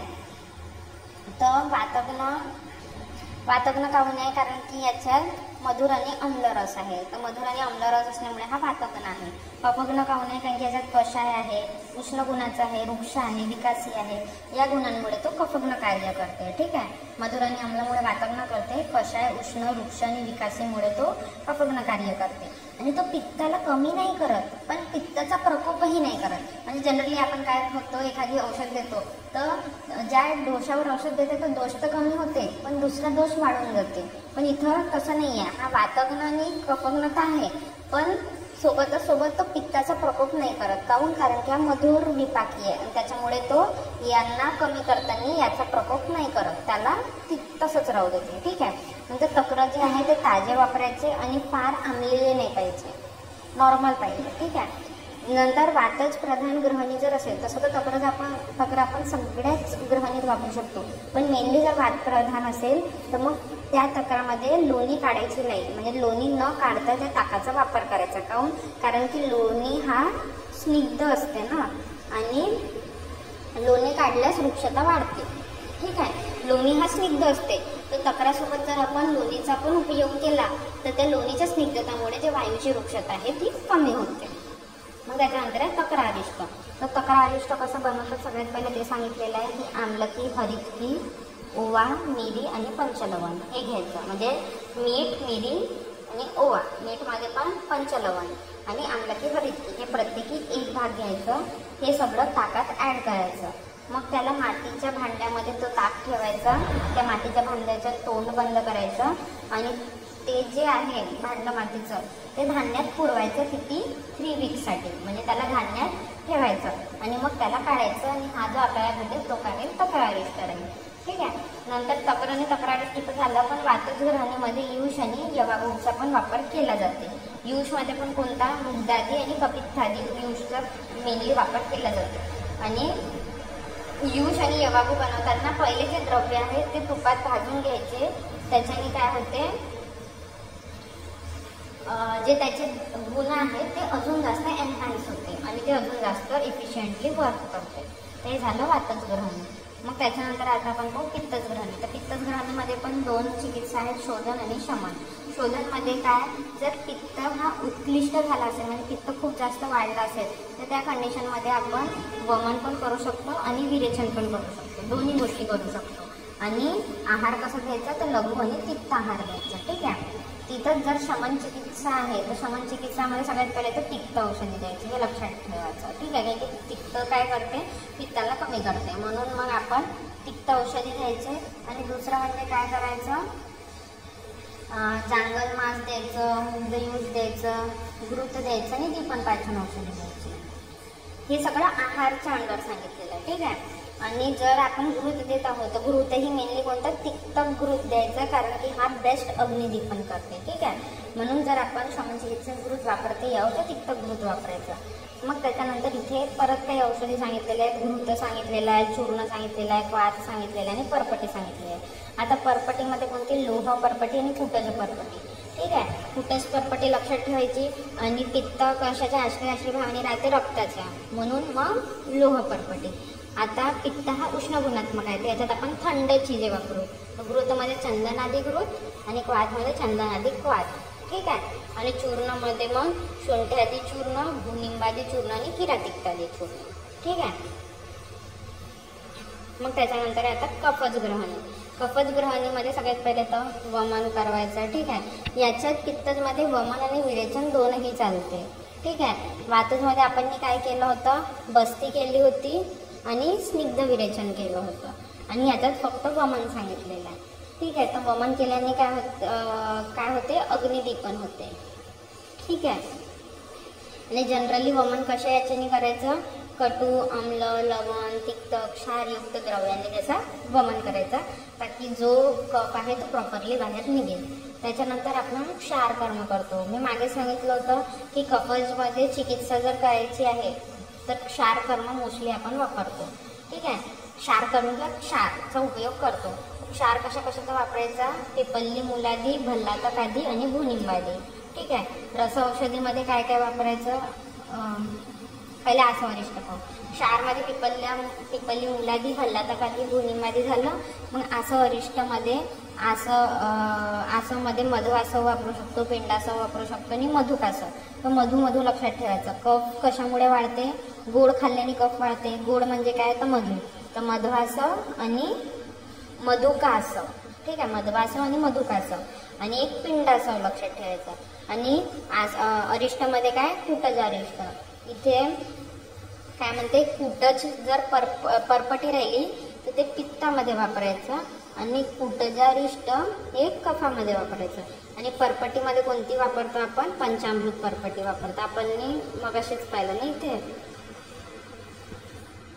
की कफज ग्रहणीमध्ये आपण ताम्र परपटी पण वापरू शकतो किंवा मग पंचामृत परपटी पण वापरू शकतो. ठीक आहे, हे पंचामृती वापरू शकतो आणि ताम्र पण वापरू शकतो, दोन्ही वापरू शकतो. आणि मग रस औषधी अजून हे सगळं सोडून काय काय वापरू शकतो? कनकसुंदर रस, ग्रहणी कपाट रस आणि क्षार ताम्र. क्षार हा क्षार आणि हा ताम्र असं लक्षात ठेवायचं. क्षार ताम्र रस, कनकसुंदर रस आणि ग्रहणी कपाट रस. मग त्याच्यानंतर सन्निपातज ग्रहणी. तर सन्निपातज ग्रहणीमध्ये आसव अरिष्ट वापरतो, त्याच्यात कुटजा आसव वापरू शकतो, कुटजा अरिष्ट वापरू शकतो. मग परपटीमध्ये जनरली आपण भल्लातकची परपटी वापरतो. ठीक आहे, किंवा मग जर खूप जास्त दौर्बल्य असेल तर त्या कंडिशनमध्ये आपण सुवर्ण परपटी आणि पंचामृत परपटी पण वापरू शकतो. आपण इथं बघितलंच ना मगाशी की जर व्यक्ती खूप दुर्बल किंवा क्षीण झाला असेल तर सुवर्ण परपटी किंवा पंचामृत परपटी वापरू शकतो. तर तेच इथं सांगितलेलं आहे की सन्निपातमध्ये तिन्ही दोषाचं असल्यामुळे दौर्बल्य खूप जास्त राहते, तर मग आपण सुवर्ण परपटी आणि पंचामृत परपटी वापरू शकतो. नंतर इथं कुटज वापरलेला आहे. अरिष्टमध्ये कुटजा अरिष्ट वापरलेला, अवलेहामध्ये कुटजचा अवलेह किंवा बिल्वाचा अवलेह वापरलेला आहे, गुटीमध्ये संजीवनी गुटी वापरले आहे आणि लसमध्ये सुवर्ण लोकनाथ रस वापरलेला आहे. ठीक आहे, सुवर्ण परपटी त्याच्यावरूनच हे लक्षात ठेवायचं, सुवर्ण लोकनाथ रस. ठीक आहे, गुटीमध्ये संजीवनी गुटी, सन्निपातज, संजीवनी गुटी आणि मग बाकीचा कुटज.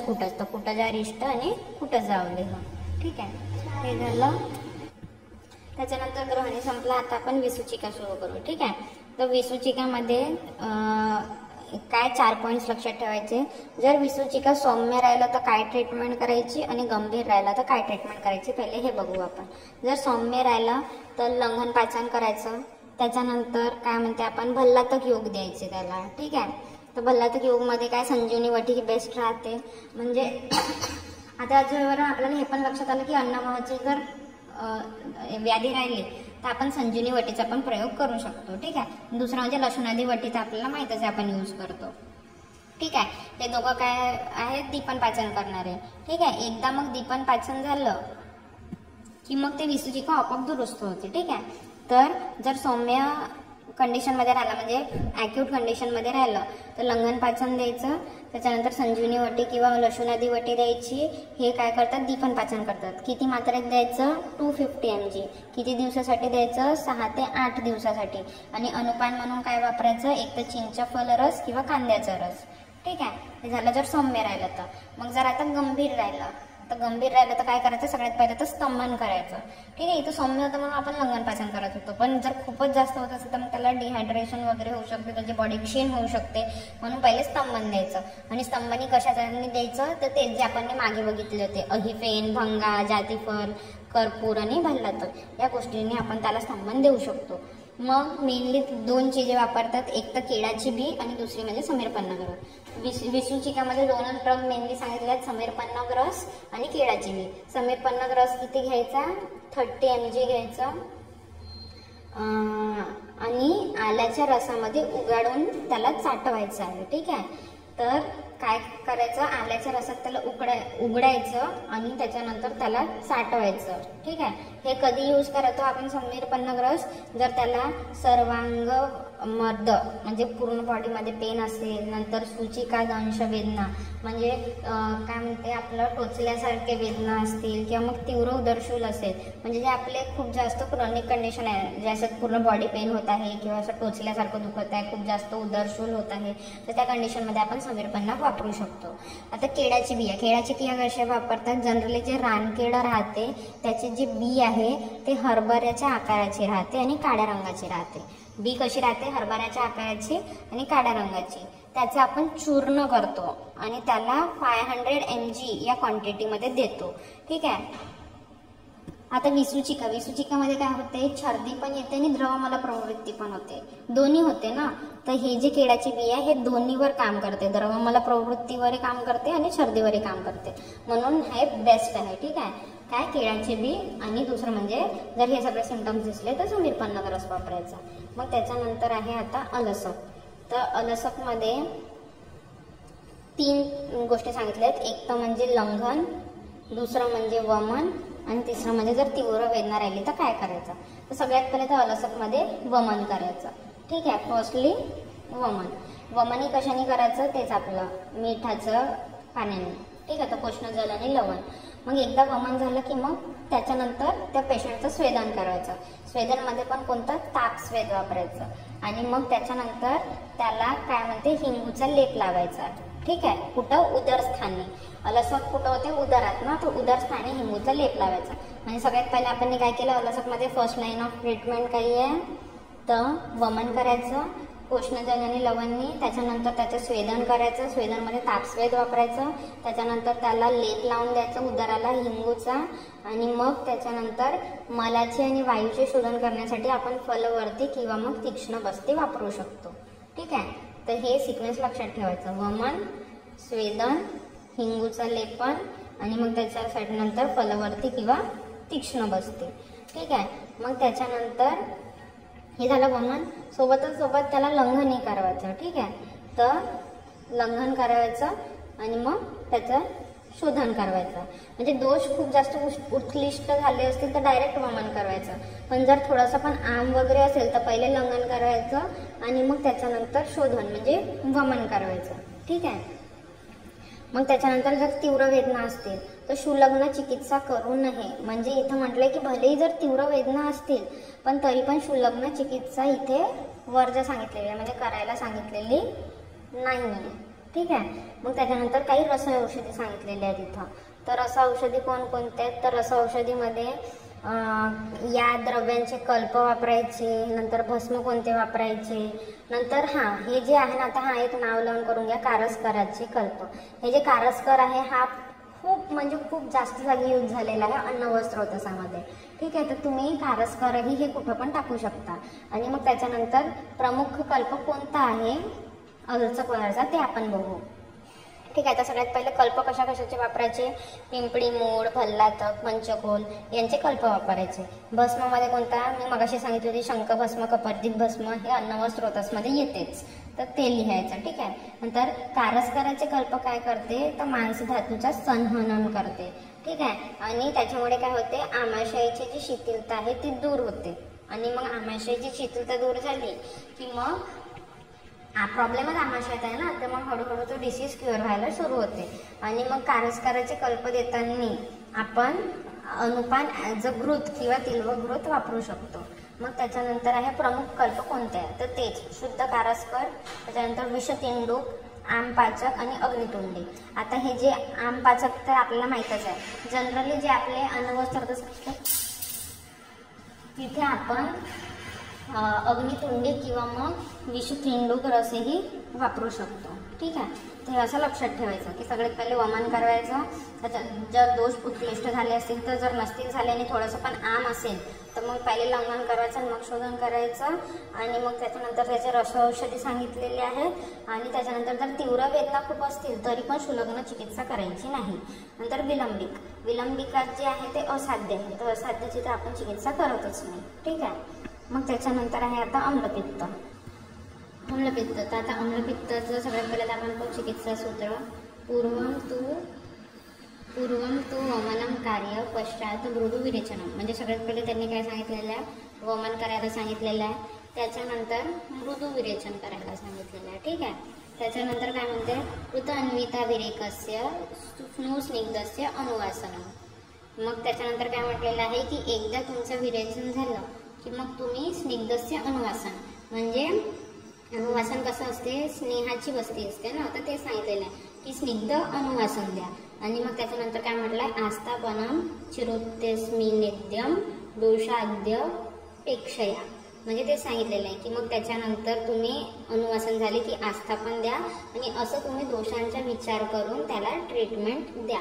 तर सगळ्यात पहिले काय वमन घ्यायला सांगितलं आहे, त्याच्यानंतर मृदू विरेचन, त्याच्यानंतर अनुवासन आणि मग त्याच्यानंतर आस्थापन, असे 4 चीज इथे करायला सांगितलेले आहेत. ठीक आहे. तर सगळ्यात पहिले आपण आता आम्लपित्तामध्ये पाहू. तर आता आम्लपित्तामध्ये सॉरी 2 व्यक्तींमध्ये सांगितलेलं आहे की जर दुर्बल व्यक्ती राहिला तर काय करायचं आणि बलवान व्यक्ती राहिलं तर काय करायचं. जर दुर्बल व्यक्ती राहिला तर त्याच्यात आपण शोधन चिकित्सा नाही करायची, कारण की शोधनामुळे जे व्यक्ती आहे ते अजूनच जास्त दुर्बल होते, म्हणजे क्षीण होते.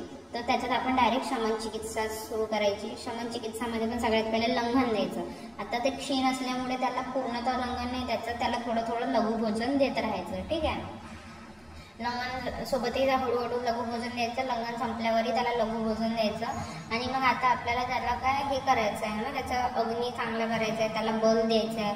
तर तिक्त रस आणि पाचन द्रव्य असे त्याला द्यायचे. त्याच्यात आपण मेन म्हणजे गुडूची आपण देऊ शकतो. तर जो व्यक्ती दुर्बल आहे त्याच्या शमन चिकित्सा करायची, त्याला लंघन द्यायचं. लंघनासोबतच लघु आहार सुरू करायचा. लघु आहार नंतर त्याला दीपन पाचन औषधी किंवा मग गुडूची, स्पेसिफिकली गुडूची सांगितले, गुडूची द्यायची. ठीक आहे. जर आता रोगी बलवान असेल तर बलवान रोगीमध्ये आपण शोधन चिकित्सा करू शकतो. तर तिथं सगळ्यात पहिले वमन करायला सांगितलेलं आहे. आता वमनसाठी काय काय वापरू शकतो आपण, तर वमनसाठी मेनली आपले जे तिक्त रसात्मक औषधी आहेत ते वापरायचे, जसं पटोल आहे, निंबपत्राचा क्वाथ आहे, मदनफळ, मध, सेंध. ठीक आहे. हे सगळं आपण वापरू शकतो. म्हणजे मदनफळ सोबत मध आणि सेंध हे सगळं आपण वापरू शकतो. ठीक आहे. वमन झाल्यानंतर मृदू विरेचन सांगितलं. आता जनरली जर ऊर्ध्व आम्लपित्त असेल तर ते वमन झाल्यावरच कमी होऊन जाते, तर मृदू विरेचन करायची गरज नाही पडत. पण जर अधोग आम्लपित्त असेल तर त्या कंडिशनमध्ये मग आपल्याला मृदू विरेचनही करावं लागते. ठीक आहे. तर मृदू विरेचन कशाने करायचं, एक तर हरितकी, निशोत्तर, द्राक्षा, यष्टीमध यांनी करायचं, किंवा मग त्रिफला चूर्ण आहे, स्त्रंसन चूर्ण आहे, अभिपत्तिकर चूर्ण आहे, या चूर्णांनी मृदू विरेचन करायचं. ठीक आहे. आता वमन आणि विरेचन केल्यामुळे जे कफ आहे, पित्त आहे हे तर कमी होईल, पण इन केस जर भात वाढला तर त्या कंडिशनमध्ये म्हणजे याचे हे कमी करता करता जर भात वाढला तर त्या कंडिशनमध्ये मग आपण अनुवासन बस्ती पण देऊ शकतो आणि आस्थापन बस्ती पण देऊ शकतो. ठीक आहे. मग त्याच्यानंतर हे झालं दुर्बल आणि बलवान व्यक्तीमध्ये.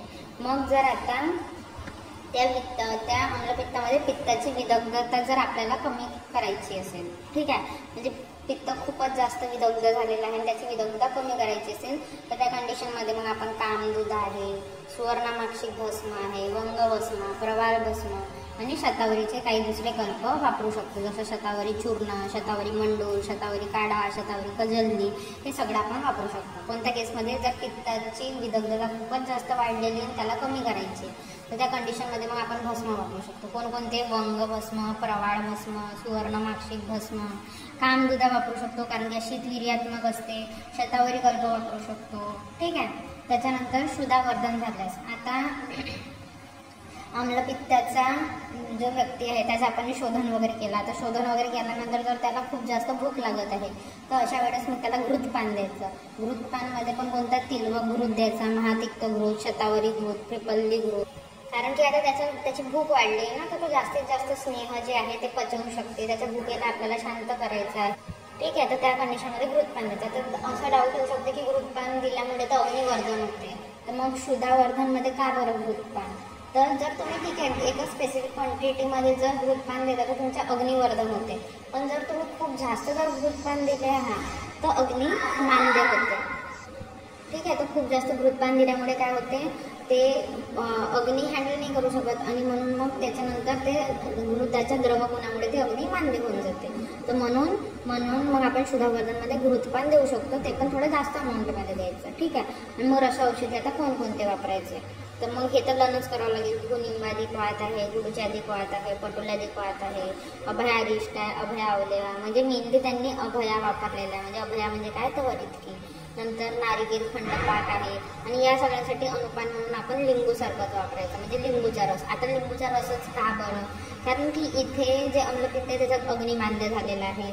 लिंबू रस हे जे अम्लगुण आणि मधुर विपाकी राहते तर त्याच्यामुळे हे अग्निदीपनाचं कार्य करते. तर म्हणून अग्निदीपन जर आपण ॲज अ अनुपान वापरलं तर औषधीची जी एफिशियन्सी ती अजून जास्त वाढते. तर याच्यात आपण निंबू रस तर वापरू शकतो सगळ्यासोबत, अद्रक आवलेह किंवा कुष्मांड आवलेह आपण ॲज अ अनुपान वापरू शकतो. मग आता इथे मेन आहे हे काय, व्याधी प्रत्यनिक कल्प. म्हणजे प्रत्येक डिसीजमध्ये एक असा कोणता तरी कल्प राहते की बाबा तो कल्प त्या डिसीजवर बेस्ट आहे, त्याला म्हणतात व्याधी प्रत्यनिक कल्प. तर याच्यात कोणतं शुद्धशेखर किंवा मग मौक्तिक विरहित प्रवाळ पंचामृत, म्हणजे प्रवाळ पंचामृत बनवायचं पण त्याच्यात मौक्तिक नाही टाकायचं. ठीक आहे, तर मौक्तिक विरहित प्रवाळ पंचामृत किंवा मग शुद्धशेखर हे या डिसीजवर बेस्ट आहे. ठीक आहे, नंतर उत्कृष्ट औषध कोणकोणते आहेत हे तर त्यांनी कल्प सांगितले. आता जर आपल्याला 2-3 कल्प मिसळून जर एखादे औषध बनवायचे तर कोणते, तर शुद्धशेखर 250 mg, शंखभस्म आणि 250 mg आणि पिंपळे मूळ 500 mg असे हे मिक्स करून जर तुम्ही दिले पेशंटला तर ती काय म्हणते बेस्ट म्हणजे उत्कृष्ट औषध आहे. कशावर, याच्यावर अम्लपित्तावर. काय शुद्धशेखर प्लस शंखभस्म प्लस पिंपळे. ठीक आहे, तर हे इथे अम्लपित्त झालं. मग त्याच्यानंतर अम्लपित्तामध्ये अजून एक काय सांगितलेलं आहे मेनली की द्रवगुणाचे औषधी वापरू नये. कारण की अम्लपित्तामध्ये आपण काय बघितलं की पित्ताचा अम्ल आणि द्रवगुण वाढते. तर द्रवगुणाचे जे औषधी आहे ते जर आपण दिले तर ऑलरेडी पित्ताच्यामध्ये द्रवगुण वाढला आहे, त्याची द्रवता अजून जास्त वाढेल आणि उत्क्लेश होईल. ठीक आहे, तर आपल्याला उत्क्लेश करायचं नाही आहे म्हणून द्रवाचे द्यायचे नाही. द्रव फक्त कोणत्या कंडिशनमध्ये द्यायचे की हा भाई आता तुम्हाला वमन करायचं आहे तर त्या कंडिशनमध्ये तुम्ही दोषांचा उत्क्लेश करा आणि मग त्या दोषांना पूर्ण वमनातून बाहेर काढून घ्या. तर फक्त या वमनच्या केसमध्ये तुम्ही द्रवगुणाची औषधी वापरू शकता. ठीक आहे, मग आता आपल्याला माहिती आहे की परपटी जी आहे ते जनरली अधोक आमाशयावर काम करते. तर मग आपण अम्लपित्तामध्ये परपटी वापरायची की नाही वापरायची, आणि मेन म्हणजे अधोक आमाशयावर तर काम करतेच पण ते उत्कृष्ट ग्राही पण आहे. ठीक आहे, तर मग आता इथे परपटी उत्कृष्ट ग्राही आहे तर मग ही इथे वापरायची की नाही, म्हणजे इथे अधोक आमाशयाचं तर ठीक आहे काही रिलेशन नाही आहे पण काय म्हणते ही उत्कृष्ट ग्राही आहे तर ती वापरायची की नाही. तर कारण की इथे आपल्याला ग्राही कर्म लागते पण ही का बरं नाही वापरायची, कारण की मी जसं सांगितलं होतं की परपटी ही अधोक आमाशयावर मेनली काम करते आणि अम्लपित्त हा अधोक आमाशयाचा डिसीज नाही आहे. तर सॉरी मी मगाशी चुकीची बोलली होती की जे अम्लपित्त आहे हे अधोक आमाशयावर म्हणजे काम करत तर अम्लपित्तावरही काम करू शकते पण नाही. परपटी हे अधोक आमाशयावर काम करते हे बरोबर आहे, म्हणजे अम्लपित्त आहे ते अधोक आमाशयाचा डिसीज नाही आहे त्याच्यामुळे परपटी आपण याच्यावर वापरू शकत नाही. ठीक आहे, मग त्याच्यानंतर आता अजीर्ण. तर अजीर्णाचं चिकित्सा सूत्र काय आहे, तत्रामे लंघनम कार्य, विदग्धे वमनम, विष्टंबे स्वेदनम आणि रसशे शयित. म्हणजे सगळ्यात पहिले तर लंघन करायचं कारण की याचं ते काय अजीर्णामध्ये आम झालेला राहते, जिथं जिथं आम आहे तिथं लंघन करायचं. सगळ्यात पहिले आमामुळे आपण लंघन करू. त्याच्यानंतर अजीर्णाचे टाईप्स आहे विदग्धाजीर्ण, विष्टब्धाजीर्ण, रसशेषाजीर्ण. जर विदग्धाजीर्ण असेल तर वमन करायचं, विष्टब्धाजीर्ण असेल तर स्वेदन करायचं आणि रसशेषिताजीर्ण असेल तर शयित करायचं. शयित म्हणजे काय, तो उपाशी पोटी झोपायचं. ठीक आहे, आता आपण याची चिकित्सा टीपमध्ये बघू. सगळ्यात पहिले अजीर्णामध्ये तेच जर आमाजीर्ण असेल तर लंघन करायचं. ठीक आहे, मग नंतर पहिले लंघन करायचं आणि मग त्याच्यानंतर वमन करायचं. ठीक आहे, पण जे इथे योग रत्नाकर आहेत यांनी अपोजिट सांगितलं. यांनी काय सांगितलं की पहिले वमन करायचं म्हणजे पहिले दोषांना बाहेर काढून घ्यायचं आणि मग आम्हाला पचवत बसायचं म्हणजे लंघन करायचं. पण नाही, लंघन करणेच बरोबर आहे. तर पहिले लंघन करायचं त्याच्यानंतर वमन करायचं. ठीक आहे, तर सगळ्यात पहिले तर मेनली लंघनच करायचं आणि जर दोषांचा उत्क्लेश अधिक असेल तर मग त्याच कंडिशनमध्ये वमन करायचं. आणि वमनसाठी आपण काय एक तर सैंधव वापरू शकतो किंवा मग वचाचूर्ण वापरू शकतो. ठीक आहे, हे झालं आमाजीर्ण. मग जर विदग्धाजीर्ण असेल तर विदग्धाजीर्णमध्ये आपण बघितलं की वमन करायचं. तर सगळ्यात पहिले वमन करायचं, वमन झाल्यावर लंघन करायचं. ठीक आहे, तर इथे बघा उलट सांगितलेलं आहे. म्हणजे हे योगरत्नाकरचा ठीक आहे थोड्या वेळसाठी सोडा, पण आमाजीर्णमध्ये काय सांगितलं आहे, पहिले लंघन सांगितलं आहे मग वमन सांगितलेलं आहे. जो की विदग्धाजीर्णामध्ये पहिले वमन सांगितलेलं आहे मग लंघन सांगितलेलं आहे. म्हणजे त्यांनी काय म्हटलं की जर दोष खूप जास्त असतील तर वमन करायचं आणि मग त्याच्यानंतर मग लंघन करायचं. ठीक आहे, आणि आता जर दोष खूपच कमी आहेत म्हणजे भाई वमन करायसाठी जे दोष आहेत ते उत्कृष्टच नाही झालेले आहेत तर अशा कंडिशनमध्ये मग आपण फक्त लंघनही करू शकतो. पण मेनली तर दोष उत्कृष्ट झालेलेच असतात, तर आपण वमनच पहिले करतो. इथे आपण वमनसाठी थोडेसे काय म्हणते कमीवाले द्रव्य वापरत होतो, कारण की इथं वमन मेनली आपल्याला करायचं नव्हतं ना, म्हणून इथं आपण सेंदव किंवा वचचूर्णाने काम चालवून टाकत होतो. पण इथं आपण वमनसाठी स्पेशली जो दिलेला आहे ड्रग मदन फळ तो वापरायचा. मग त्याच्यानंतर काय म्हणते आपलं विष्टब्ध जीर्ण. विष्टब्ध जीर्णमध्ये आपण काय बघितलेलं आहे की स्वेदन करायचं. तर तेच इथं सांगितलेलं आहे की स्वेदन करायचं. स्वेदनमध्ये पण कोणता स्वेदन करायचं तर हे आपलं तापस्वेद करायचं आणि आपण याच्यात स्नेहविरेचन पण करू शकतो, कारण की विष्टब्ध जीर्ण हा पित्ताचा आहे ना, म्हणून इथं आपण स्वेदन तर करून राहिलो तापस्वेद, पण त्याच्यासोबत आपण स्नेहविरेचने करू शकतो. ठीक आहे. मग त्याच्यानंतर आहे शेषाजीर्ण. शेषाजीर्णामध्ये उपाशीपोटी झोपायचं. मग आता काही द्रव्य सांगितलेले आहेत आणि काही रस औषधी सांगितलेले आहेत. द्रव्यामध्ये आपण काय वापरू शकतो तेच आपल्याला आता हे लर्नच झालेलं आहे की भाई जसं कारस्कर आहे हे आपण अन्नावर वापरतोच, बल्ला तर काही वापरतोच, स्त्रीकटू पण वापरतोच. ठीक आहे. मग त्याच्यानंतर अजीर्ण आम उत्पत्त झाल्यामुळे आपण क्षार आणि लवणी वापरू शकतो. ठीक आहे. पंचकोल वापरू शकतो. मग त्याच्यानंतर रस औषधीमध्ये 3 सांगितलेले आहेत. वटी सांगितलेली आहे, चूर्ण सांगितलेलं आहे. ठीक आहे. आणि एक आसव सांगितलेलं आहे, पंचकोलासव. ठीक आहे. कशात अजीर्णामध्ये. तर वटी कोणती आता हे नवीन नाहीच आहे आपल्यासाठी. शंखवटी या लसूण वटी, आंबाची वटी माहीतच आहे. चूर्णामध्ये हिंगवाष्टक चूर्ण किंवा वैश्वानर चूर्ण, भास्कर लवण चूर्ण, हे जनरली जे काय अन्नवस्त्रदोषवर यूज होणारेच आहे, हे तुम्ही कुठं पण टाकू शकता. आणि त्याच्यानंतर आहे पंचकोल असं एक लक्षात ठेवायचं फक्त. ठीक आहे. हे झालं अजीर्ण. मग त्याच्यानंतर आहे आता शूल. तर शूलची काय आहे आपलं चिकित्सासूत्र.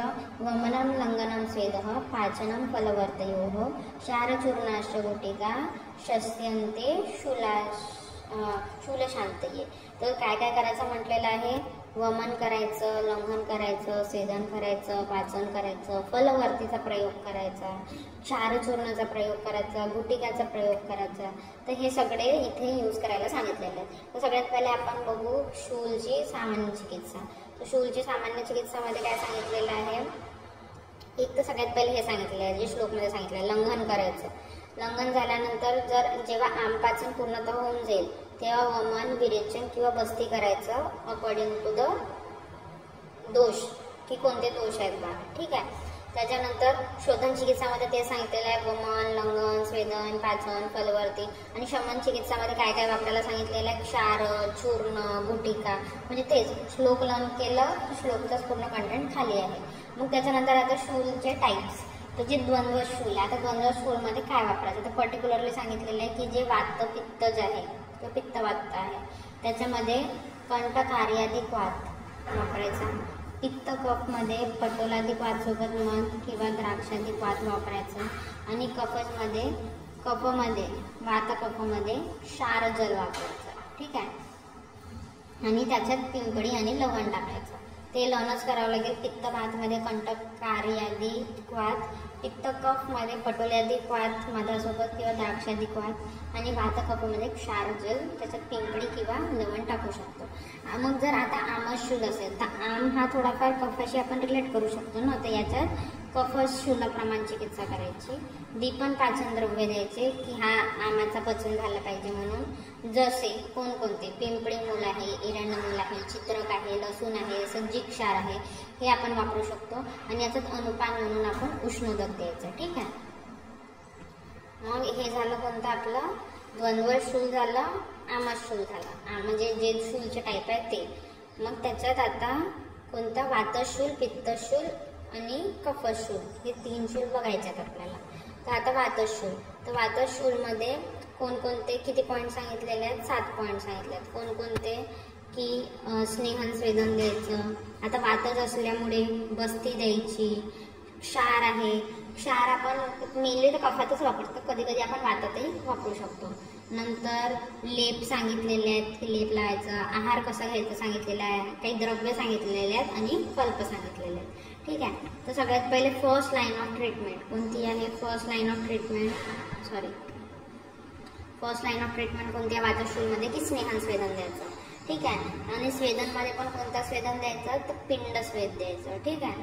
आणि मग त्याच्यानंतर पिंड स्वेद कशाने देऊ शकतो, एक तर दुधात शिजवलेली खिचडी आहे किंवा मग खीर आहे किंवा स्निग्ध मांस आहे, तिल कल्क आहे, या सगळ्यांनी आपण पिंडस्वेद देऊ शकतो, ठीक आहे. नंतर पिंडस्वेद द्यायचं, त्याच्यानंतर आपण लेप लावू शकतो. ज्या जागी स्वेद दिलं त्या जागी लेप लावू शकतो. जिथं शूल आहे तिथं जनरली आपण हिंगाचा लेप वापरतो पाण्यात टाकून, किंवा मग मोहरी आणि शिगरूत वापरतो ताकात टाकून, ठीक आहे.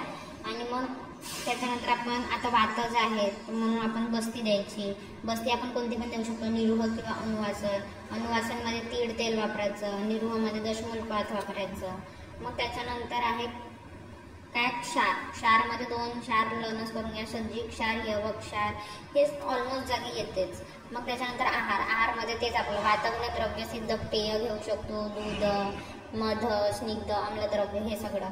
मग आता द्रव्यामध्ये तेच येणार वारंवार, हिंग आहे, सुंठ आहे, अतिविषा, हरितकी, त्रिकटू, अजमोदा, कारस्कर, हे काही म्हणजे जे कॉमनली अन्न व स्रोतसावर काम करतात ते. कल्पमध्ये कोणकोणते सांगितले, वटी सांगितलेली आहे, चूर्ण सांगितलेलं आहे, आणि पंचकोल आसव याचं ते सांगितलेलं आहे. तर पंचकोल आसव कसं सांगितलं, अजीर्णमध्ये आणि शूलमध्ये, या 2मध्ये पंचकोल आसव सांगितलेलं आहे. मग वटीमध्ये तेच आपले शंखवटी, लसणादी वटी, अंगणी तोंडी वटी, चूर्णामध्ये हिंगवाष्टक, भास्कर लवण, तेच ते आहे. आणि अनुपानमध्ये उष्णता, ठीक आहे. हे झालं वातशूल. मग आहे पित्तशूल. तर वातशूलमध्ये पहिली लाईन ऑफ ट्रीटमेंट काय होती, स्नेहन स्वेदन. पित्तशूलमध्ये फर्स्ट लाईन ऑफ ट्रीटमेंट काय आहे, वमन, ठीक आहे. तसं पित्तमध्ये विरेचन पाहिजे, पण फर्स्ट लाईन ऑफ ट्रीटमेंट वमन आहे, तर हे थोडंसं कन्फ्युजिंग आहे, हे लक्षात ठेवायचं की पित्तशूलमध्ये फर्स्ट लाईन ऑफ ट्रीटमेंट काय आहे, वमन. वमनही कशाने द्यायचं, एक तर इक्षुरसने द्यायचं किंवा मग पडवल आणि ज्येष्ठ मधच्या काढ्याने द्यायचं, ठीक आहे. मग त्याच्यानंतर वमन झाल्यानंतर आता पित्तच म्हटल्यावर भले आपण वमन करतो, आपण विरेचन तर करावंच लागेल, म्हणून आपण मृदू विरेचनही करतो. मृदू विरेचन करणारे काय, हे 2-3 ड्रग लक्षातच ठेवून द्या, हरितकी आहे, द्राक्ष आहे, हे सगळ्यात जास्त यूज होतेच मृदू विरेचनमध्ये. मग त्याच्यानंतर इथं पण लेप लावू शकतो. इथे आपण लेपसाठी काय थोडे उष्ण गुणात्मक वापरत होतो, जसं मोहरी उष्ण आहे, हिंग उष्ण आहे, कारण की वाताचा शीत गुण आहे, तर त्याला कमी करायसाठी आपण हिंग किंवा मोहरीचा लेप लावत होतो, ठीक आहे. तर इथे आपण पित्त कसं आहे, उष्ण आहे, म्हणून इथं आपण शीत लेप वापरतो. शीत म्हटल्याबरोबर चंदन येते, तर गोपी चंदनाचा लेप किंवा मग कृष्ण मृत्तिकाचा लेप, म्हणजे माती पण ही थंड गुणात्मक असते, शीत गुणात्मक असते, तर आपण कृष्ण मृत्तिकाचा लेप किंवा गोपी चंदनाचा लेप लावू शकतो. मग आहारमध्ये काय, तर पित्ताला कमी करणारे म्हणजे मधुर, शीत, सरगुण वापरायचे. त्याच्यानंतर औषधीमध्ये कामदूध, जिथं जिथं पित्त आहे तिथं कामदूध येईल, कारण की जे कामदूध आहे ते शीतवीर्यात्मक आहे, म्हणून जिथे जिथे काय म्हणते आपलं पित्त आलं तिथं तुम्ही कामदुधा, प्रवाळ पंचामृत हे टाकू शकता, ठीक आहे. नंतर शंखभस्म, त्याच्यानंतर कपर्दिक भस्म, पहिलं सांगितलं हे शंखभस्म, कपर्दिक भस्म पण तुम्ही अन्न व स्रोतसमध्ये लिहू शकता. जनरली पित्ताचं राहिलं तर लिहू शकता. त्याच्यानंतर शतावरी आहे, हे सगळे ड्रग्स काय आहे, ती पण पाचनाने ग्राही आहे, तर हे सगळे ड्रग्स आपण वापरू शकतो. नंतर क्वाथमध्ये काय वापरायचं, शतावरी क्वाथ आहे, त्रिफलाधिक क्वाथ आहे, त्रयमाणाधिक क्वाथ आहे, हे सगळे आपण पित्तशूलात वापरू शकतो, ठीक आहे. मग याच्यानंतर आहे आता कफशूल. तर कफशूलमध्ये सगळ्यात पहिले आहार सांगितलेला आहे. तर आहारामध्ये तेच आपलं म्हणजे कफाला कमी करणारा, तर जसं कटू रसात्मक द्रव्य आहे, जांगल प्राणीचा मांस आहे, आसव वरिष्ठ आहे, जुने मध्य आणि जुने तांदळाचे, जुनं लक्षात ठेवतो, जुने मध्य आणि जुने तांदळाचे भात. मग त्याच्यानंतर गुण, तर आता कफाला कमी करणारे गुण कोणते आहेत, उष्ण, तीक्ष्ण, वृक्ष, क्षारयुक्त, हे या गुणाच्या औषधी वापरायचे. द्रव्य कोणकोणते, तेच आपले चित्र, त्रिकटू, कारस्कर, हे सगळे अद्रक स्वरासोबत किंवा मध्यासोबत घ्यायचे, म्हणजे आपले कोणते दीपन पाचन करण्याचे. मग त्याच्यानंतर व्याधी प्रत्यानिक द्रव्य म्हणजे जो बेस्ट द्रव्य राहते तो. तर कफशूला बेस्ट द्रव्य कोणते आहे, तर भल्लातकचे कल्प आहेत, जसं भल्लातक, आसव आणि संजीवनी वटी. मी पहिले सांगितलं होतं की संजीवनी वटी पण आपण अन्न व स्रोतसमध्ये खूप जागी वापरतो, ठीक आहे. तर संजीवनी वटी एक लक्षातच ठेवून द्यायची. मग त्याच्यानंतर आहे औषधी द्रव्यामध्ये वटी सांगितलेली आहे. आता कफ असल्यामुळे क्षार सांगितलेलं आहे आणि चूर्ण, तर तेच ते रिपीट होणार आहे. वटीमध्ये काय, शंखवटी, आंबाचक वटी, चित्रकाजी वटी, शूलभर वटी, चूर्णामध्ये हिंगाष्टक चूर्ण, त्याच्यानंतर ते पण लिहू शकतो, लवण भास्कर वगैरे जे आतापर्यंत आपण वाचलं ते पण लिहू शकतो. मग त्याच्यानंतर क्षारमध्ये सज्जी क्षार, यवक क्षार हे आपण वातजमध्ये पण पाहिलं होतं ना, वातजमध्ये पण पाहिलं होतं. तर हे लक्षात ठेवायचं. शूलमध्ये आपण क्षाराचा प्रयोग करतो वातजनिक अपजमध्ये, आणि कोणते क्षार तर सज्जी क्षार आणि यवक क्षार. मग त्याच्यानंतर आता सर्दी, हे लास्ट आहे. तर सर्दीमध्ये काय म्हणते आपलं, सगळ्यात पहिले तर याचं चिकित्सा सूत्र काय आहे की आमोदक्लेश भवा ही सर्व छर्द्यो मता लंघनेव तस्मात् प्राककार्येत मारुताजाम मुच्यम शोधनम वा कफपित्तहरम. म्हणजे पहिले काय सांगितलेलं आहे की सगळ्यात पहिले तर कोणतीही म्हणजे जे छर्दी आहेत ते आमापासून म्हणजे आमाशयापासून उत्क्लेशित झाल्यामुळे, आमाशयापासून आल्यामुळे सर्व छर्दींमध्ये लंघन ही चिकित्सा सगळ्यात महत्त्वाची आहे. ठीक आहे. तर आमाशयापासून उत्कृष्ट झाल्यामुळे सर्व छर्दींमध्ये लंघन ही चिकित्सा महत्त्वाची आहे. पण प्राककार्येत मारुताजाना विमुच्य, पण जे वातज छर्दी आहे, मारुत छर्दी आहे, त्याच्यात लंघन करायचं नाही, कारण की त्याच्यामुळे काय होते, अजूनच जास्त वाताचा प्रकोप होते. ठीक आहे. तर सगळ्यात पहिले आपल्याला काय वात शांत करायचं आहे ना, म्हणजे वात शांत करायचं म्हणजे वाताला आपल्याला ट्रीट करायचं, कारण की छर्दी कशामुळे येत आहे, वाताची गती प्रतिलोम झाल्यामुळे. तर जर लंघनमुळे अजून जास्त वात वाढेल तर वाताची गती प्रतिलोमची अनुलोम होईल का, नाही, ते अजूनच जास्त कुपित होईल. तर म्हणून वातच छर्दीला सोडून बाकी सगळ्या छर्दींमध्ये लंघन करायचं आहे, जेणेकरून ते छर्दीचा वेग एकदाचा शांत होईल. आणि मग एकदा वेग शांत झाला की मग आपण कफ पित्तवर संशोधन चिकित्सा करू शकतो, म्हणजे कफामध्ये वमन आणि पित्तामध्ये विरेचन. ठीक आहे. तर तेच इथे सांगितलेलं आहे की छर्दीमध्ये सगळ्यात मेन चिकित्सा आहे लंघन, एक्सेप्ट वातज छर्दी, हे लक्षात ठेवायचं, एक्सेप्ट वातज छर्दी. त्याच्यानंतर लंघन झाल्यानंतर जर कफज छर्दी असेल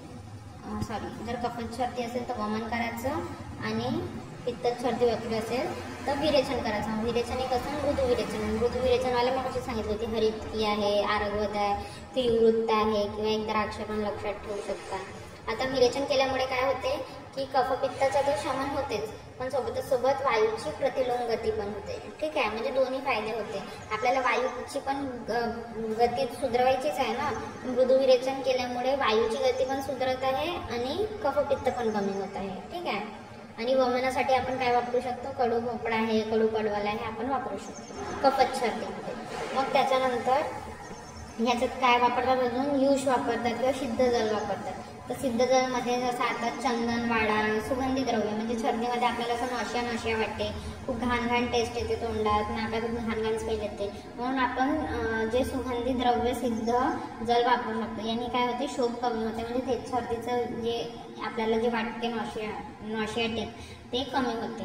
आणि दुसरं म्हणजे छर्दी कशामुळे होते, आमाशयामध्ये प्रॉब्लेम झाल्यामुळे, म्हणून आपण दीपन पाचन द्रव्य वापरू शकतो. ठीक आहे. दीपन वाचनमध्ये पण जनरली आपण आम्ल, मधुर रसात्मक जे फ्रूट्स आहे, फ्रूट ज्यूस आहे ते वापरू शकतो.